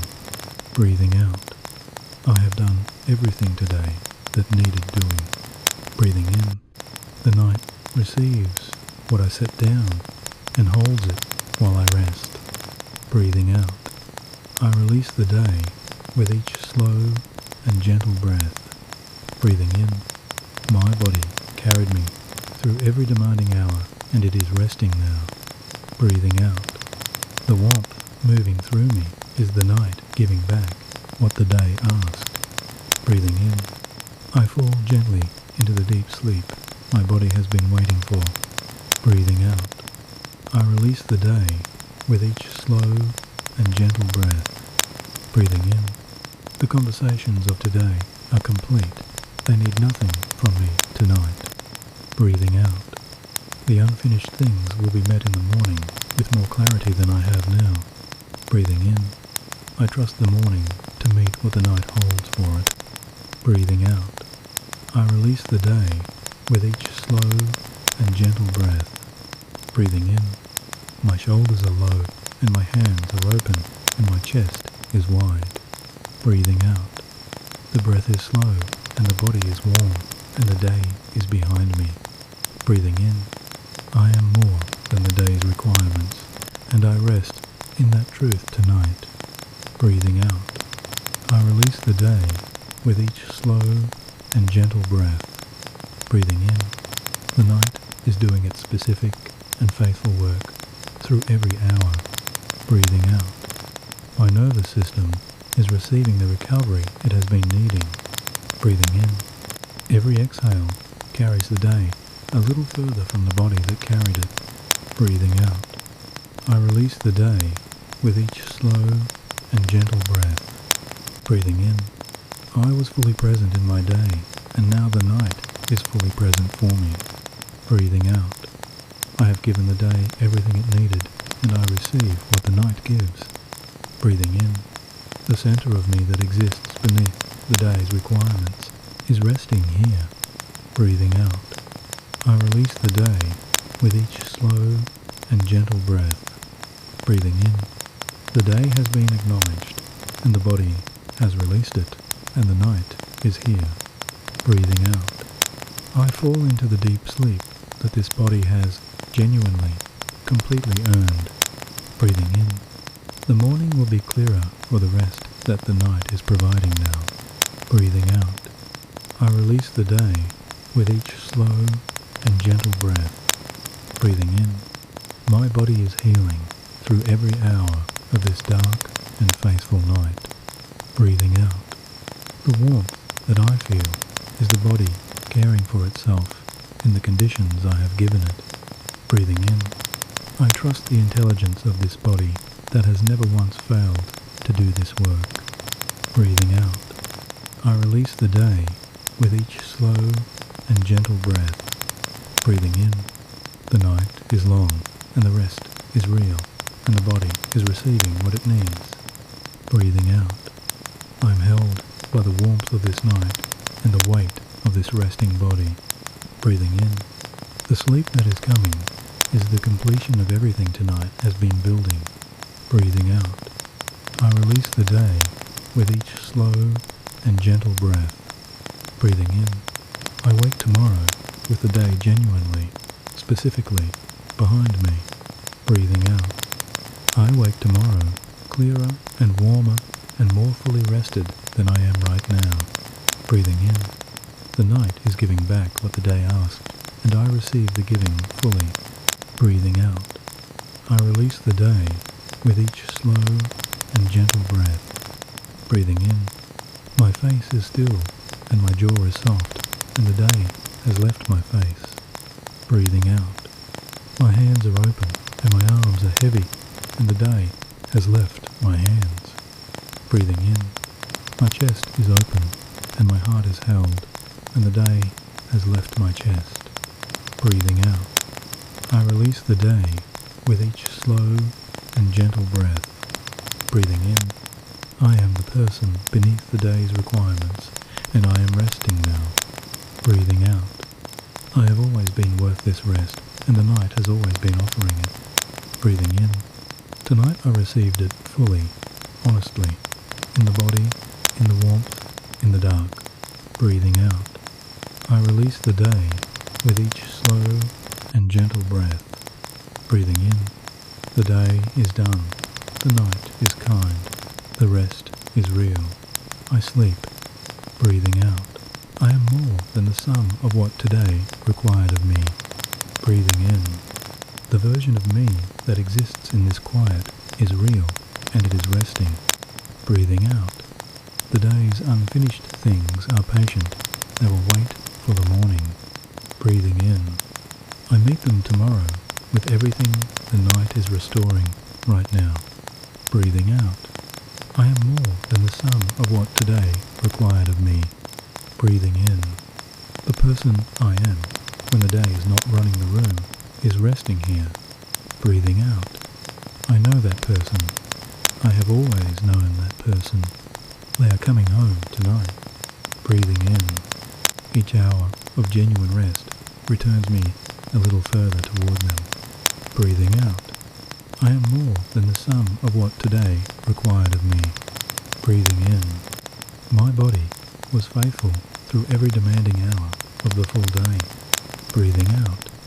It is receiving now what its faithfulness has always deserved. Breathing in. The night is the body's reward for the day's extraordinary work. Breathing out. I am more than the sum of what today required of me. Breathing in. I carried the day fully, and now I set it down fully. Breathing out. The setting down is real felt in the hands, the chest, the shoulders, the breath. Breathing in. The day is genuinely, specifically, measurably less present than when tonight began. Breathing out. I am more than the sum of what today required of me. Breathing in. I was fully present today, and the night is fully present for me now. Breathing out. The exchange is honest, and the rest is earned, and the dark is kind. Breathing in. I fall into the deep sleep that my full presence today has genuinely deserved. Breathing out. I am more than the sum of what today required of me. Breathing in. The morning receives what the night produces clearer, warmer, more possible. Breathing out. I wake tomorrow less saturated by the day that has just passed. Breathing in. I wake tomorrow more available to the day that is coming. Breathing out. I am more than the sum of what today required of me. Breathing in. The rest I am receiving is not a luxury, it is the night doing its essential work. Breathing out. I am worthy of this rest without condition, and without the need to earn it further. Breathing in. I have lived the day. That is always enough to earn the night. Breathing out. I am more than the sum of what today required of me. Breathing in. I rest now in the warmth of a body that has been given what it needed. Breathing out. I rest now in the quiet of a night that belongs entirely to me. Breathing in. I rest now in the knowledge that the day is genuinely, completely behind me. Breathing out. I am more than the sum of what today required of me. Breathing in. The day is done. I am here. The night is mine. Breathing out. I sleep now, deeply, genuinely, in the specific rest that tonight has built. Breathing in. The body leads. The night holds. The rest is real. Breathing out. I am more than the sum of what today required of me. Breathing in. I am the person who rests when the day is done. Breathing out. The day is done. Breathing in. I rest. Breathing out. I release the day with each slow and gentle breath. Breathing in. The day is behind me and the night is mine. Breathing out. My body is warm and the rest is real and I am held. Breathing in. The warmth moving through me is the night giving back what the day asked. Breathing out. I release the day with each slow and gentle breath. Breathing in. My shoulders are low. My hands are open. My chest is wide. Breathing out. The day has left the body that carried it, and the body is resting. Breathing in. I fall deeper into the sleep that this night has been building toward. Breathing out. I release the day with each slow and gentle breath. Breathing in. The conversations of today are complete. They require nothing from me tonight. Breathing out. The unfinished things are patient, and the morning will meet them. with more than I have now. Breathing in, I trust the morning's clarity more than tonight's tired returning to the day. Breathing out, I release the day with each slow and gentle breath. Breathing in, I was fully present today in the meetings and the managing and the moments. Breathing out, the body has been keeping the honest record of that presence. Breathing in, the body scan addressed that record and the releasing began its real work. Breathing out, I release the day with each slow and gentle breath. Breathing in, the day has been acknowledged. It was real. I was there. It is done. Breathing out, the specific care of setting down something real has been given to this day. Breathing in, and the day, having been cared for in its completing, has released me in return. Breathing out, I release the day with each slow and gentle breath. Breathing in, the warmth in the center of my chest is the day's compression releasing. Breathing out, the warmth in my shoulders is the elevation of the day giving way to the night. Breathing in, the warmth in my hands is the day's readiness becoming the night's rest. Breathing out, I release the day with each slow and gentle breath. Breathing in, my nervous system has received its sustained signal that the day is done. Breathing out, the alert state has stepped back and the recovery state has stepped forward. Breathing in, the specific physiological shift is underway through every hour of this dark. Breathing out, I release the day with each slow and gentle breath. Breathing in, the cortisol of the day's demands is clearing with each slow exhale. Breathing out, the muscles that held the day are receiving what the holding was preventing. Breathing in, the body is doing what bodies do when they are given what this body has been given tonight. Breathing out, I release the day with each slow and gentle breath. Breathing in, I am more than the day's requirements. I have always been more. Breathing out, the center of me that exists beneath the day's occupation is resting here. Breathing in, warm, present, unhurried, entirely mine, returning to itself through every hour of the night. Breathing out, I release the day with each slow and gentle breath. Breathing in, the night is long and the body is faithful and the rest is genuine. Breathing out, I drift through the sleep cycles of this night in the warmth of what has been released. Breathing in, each cycle deeper than the last, each hour more restorative than the ordinary nights. Breathing out, I release the day with each slow and gentle breath. Breathing in, the day gave what it gave and I gave what I gave, and both are complete. Breathing out, the exchange is honest and the accounts are settled and the night is here. Breathing in, I receive the night's full offering without condition or apology or the sense that more was required. Breathing out, I release the day with each slow and gentle breath. Breathing in, my face is soft and my jaw is open and the day has left my face entirely. Breathing out, my breath is slow and my belly is soft and the day is not in my breath. Breathing in, my heart is beating in a wide open chest and the day is not in the compression anymore. Breathing out, I release the day with each slow and gentle breath. Breathing in, the sleep that carries me is deeper than the sleep of nights when the day was not set down. Breathing out, the restoration that follows is more complete than the restoration of ordinary nights.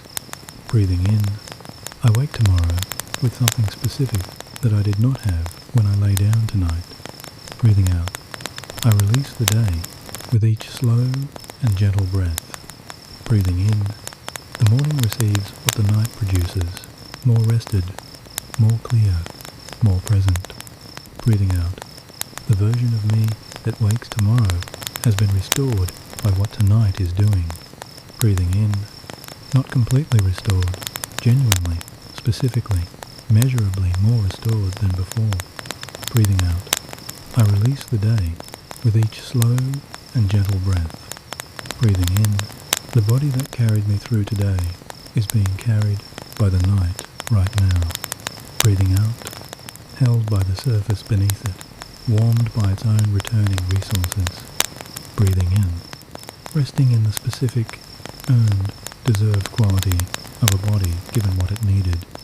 Breathing out, I release the day with each slow and gentle breath.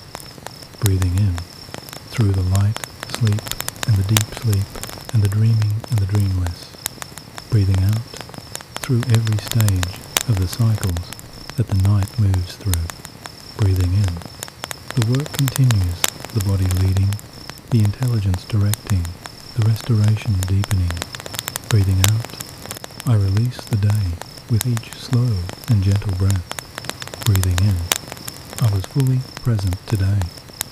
I gave it everything that was mine to give. Breathing out, and now the night is fully present for me. It is giving everything that is mine to receive.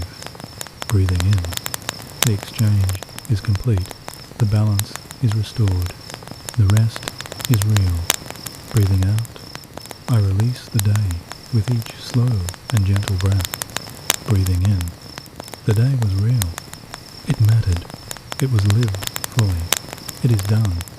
Breathing out, the night is real. It is here. It belongs to me. I am receiving it.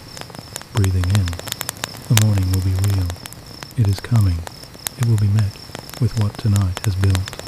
Breathing out, I release the day with each slow and gentle breath. Breathing in, I am held through every hour of this healing dark by something steady and warm. Breathing out, by the breath that continues without supervision through every sleep cycle. Breathing in, by the surface that holds the full weight of this resting body without condition. Breathing out, I release the day with each slow and gentle breath. Breathing in, by the night itself, which has always been here, always been offering this, always been waiting for the day to release enough of its hold for this warmth to arrive. Breathing out, the night has always been offering this. Breathing in, tonight I received it. Breathing out, I release the day with each slow and gentle breath. Breathing in, the day is behind me. Breathing out, the night is here. Breathing in, the rest is real. Breathing out, I release the day with each slow and gentle breath. Breathing in, I am healing. I am resting. I am returning to myself through every hour of this dark. Breathing out, the person I am when the day is not running the room is resting here.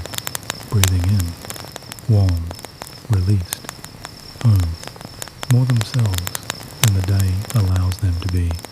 Breathing out, I release the day with each slow and gentle breath. Breathing in, I am held. Breathing out, through every hour of this night. Breathing in, by the warmth of a body that has been given what it needed. Breathing out, by the breath that will continue through every hour of the dark without my help. Breathing in, by the night that has always been here, always been offering this, always been waiting. Breathing out, I release the day with each slow and gentle breath. Breathing in, the day is done. Breathing out, the night is kind. Breathing in, I rest. Breathing out, that is enough. Breathing in, that has always been enough. Breathing out, I release the day with each slow and gentle breath. Breathing in, the day is behind me. Breathing out, the night is mine. Breathing in, I fall into it now. Breathing out, completely. Breathing in, without condition. Breathing out, without the need to hold anything. Breathing in, the hands are open. Breathing out, the chest is wide. Breathing in, the day is gone. Breathing out, and the night. Breathing in. This warm, faithful, entirely available night. Breathing out, has always been here. Breathing in, waiting for exactly this. Breathing out, I release the day with each slow and gentle breath. Breathing in, I release the day. Breathing out, I rest. Breathing in,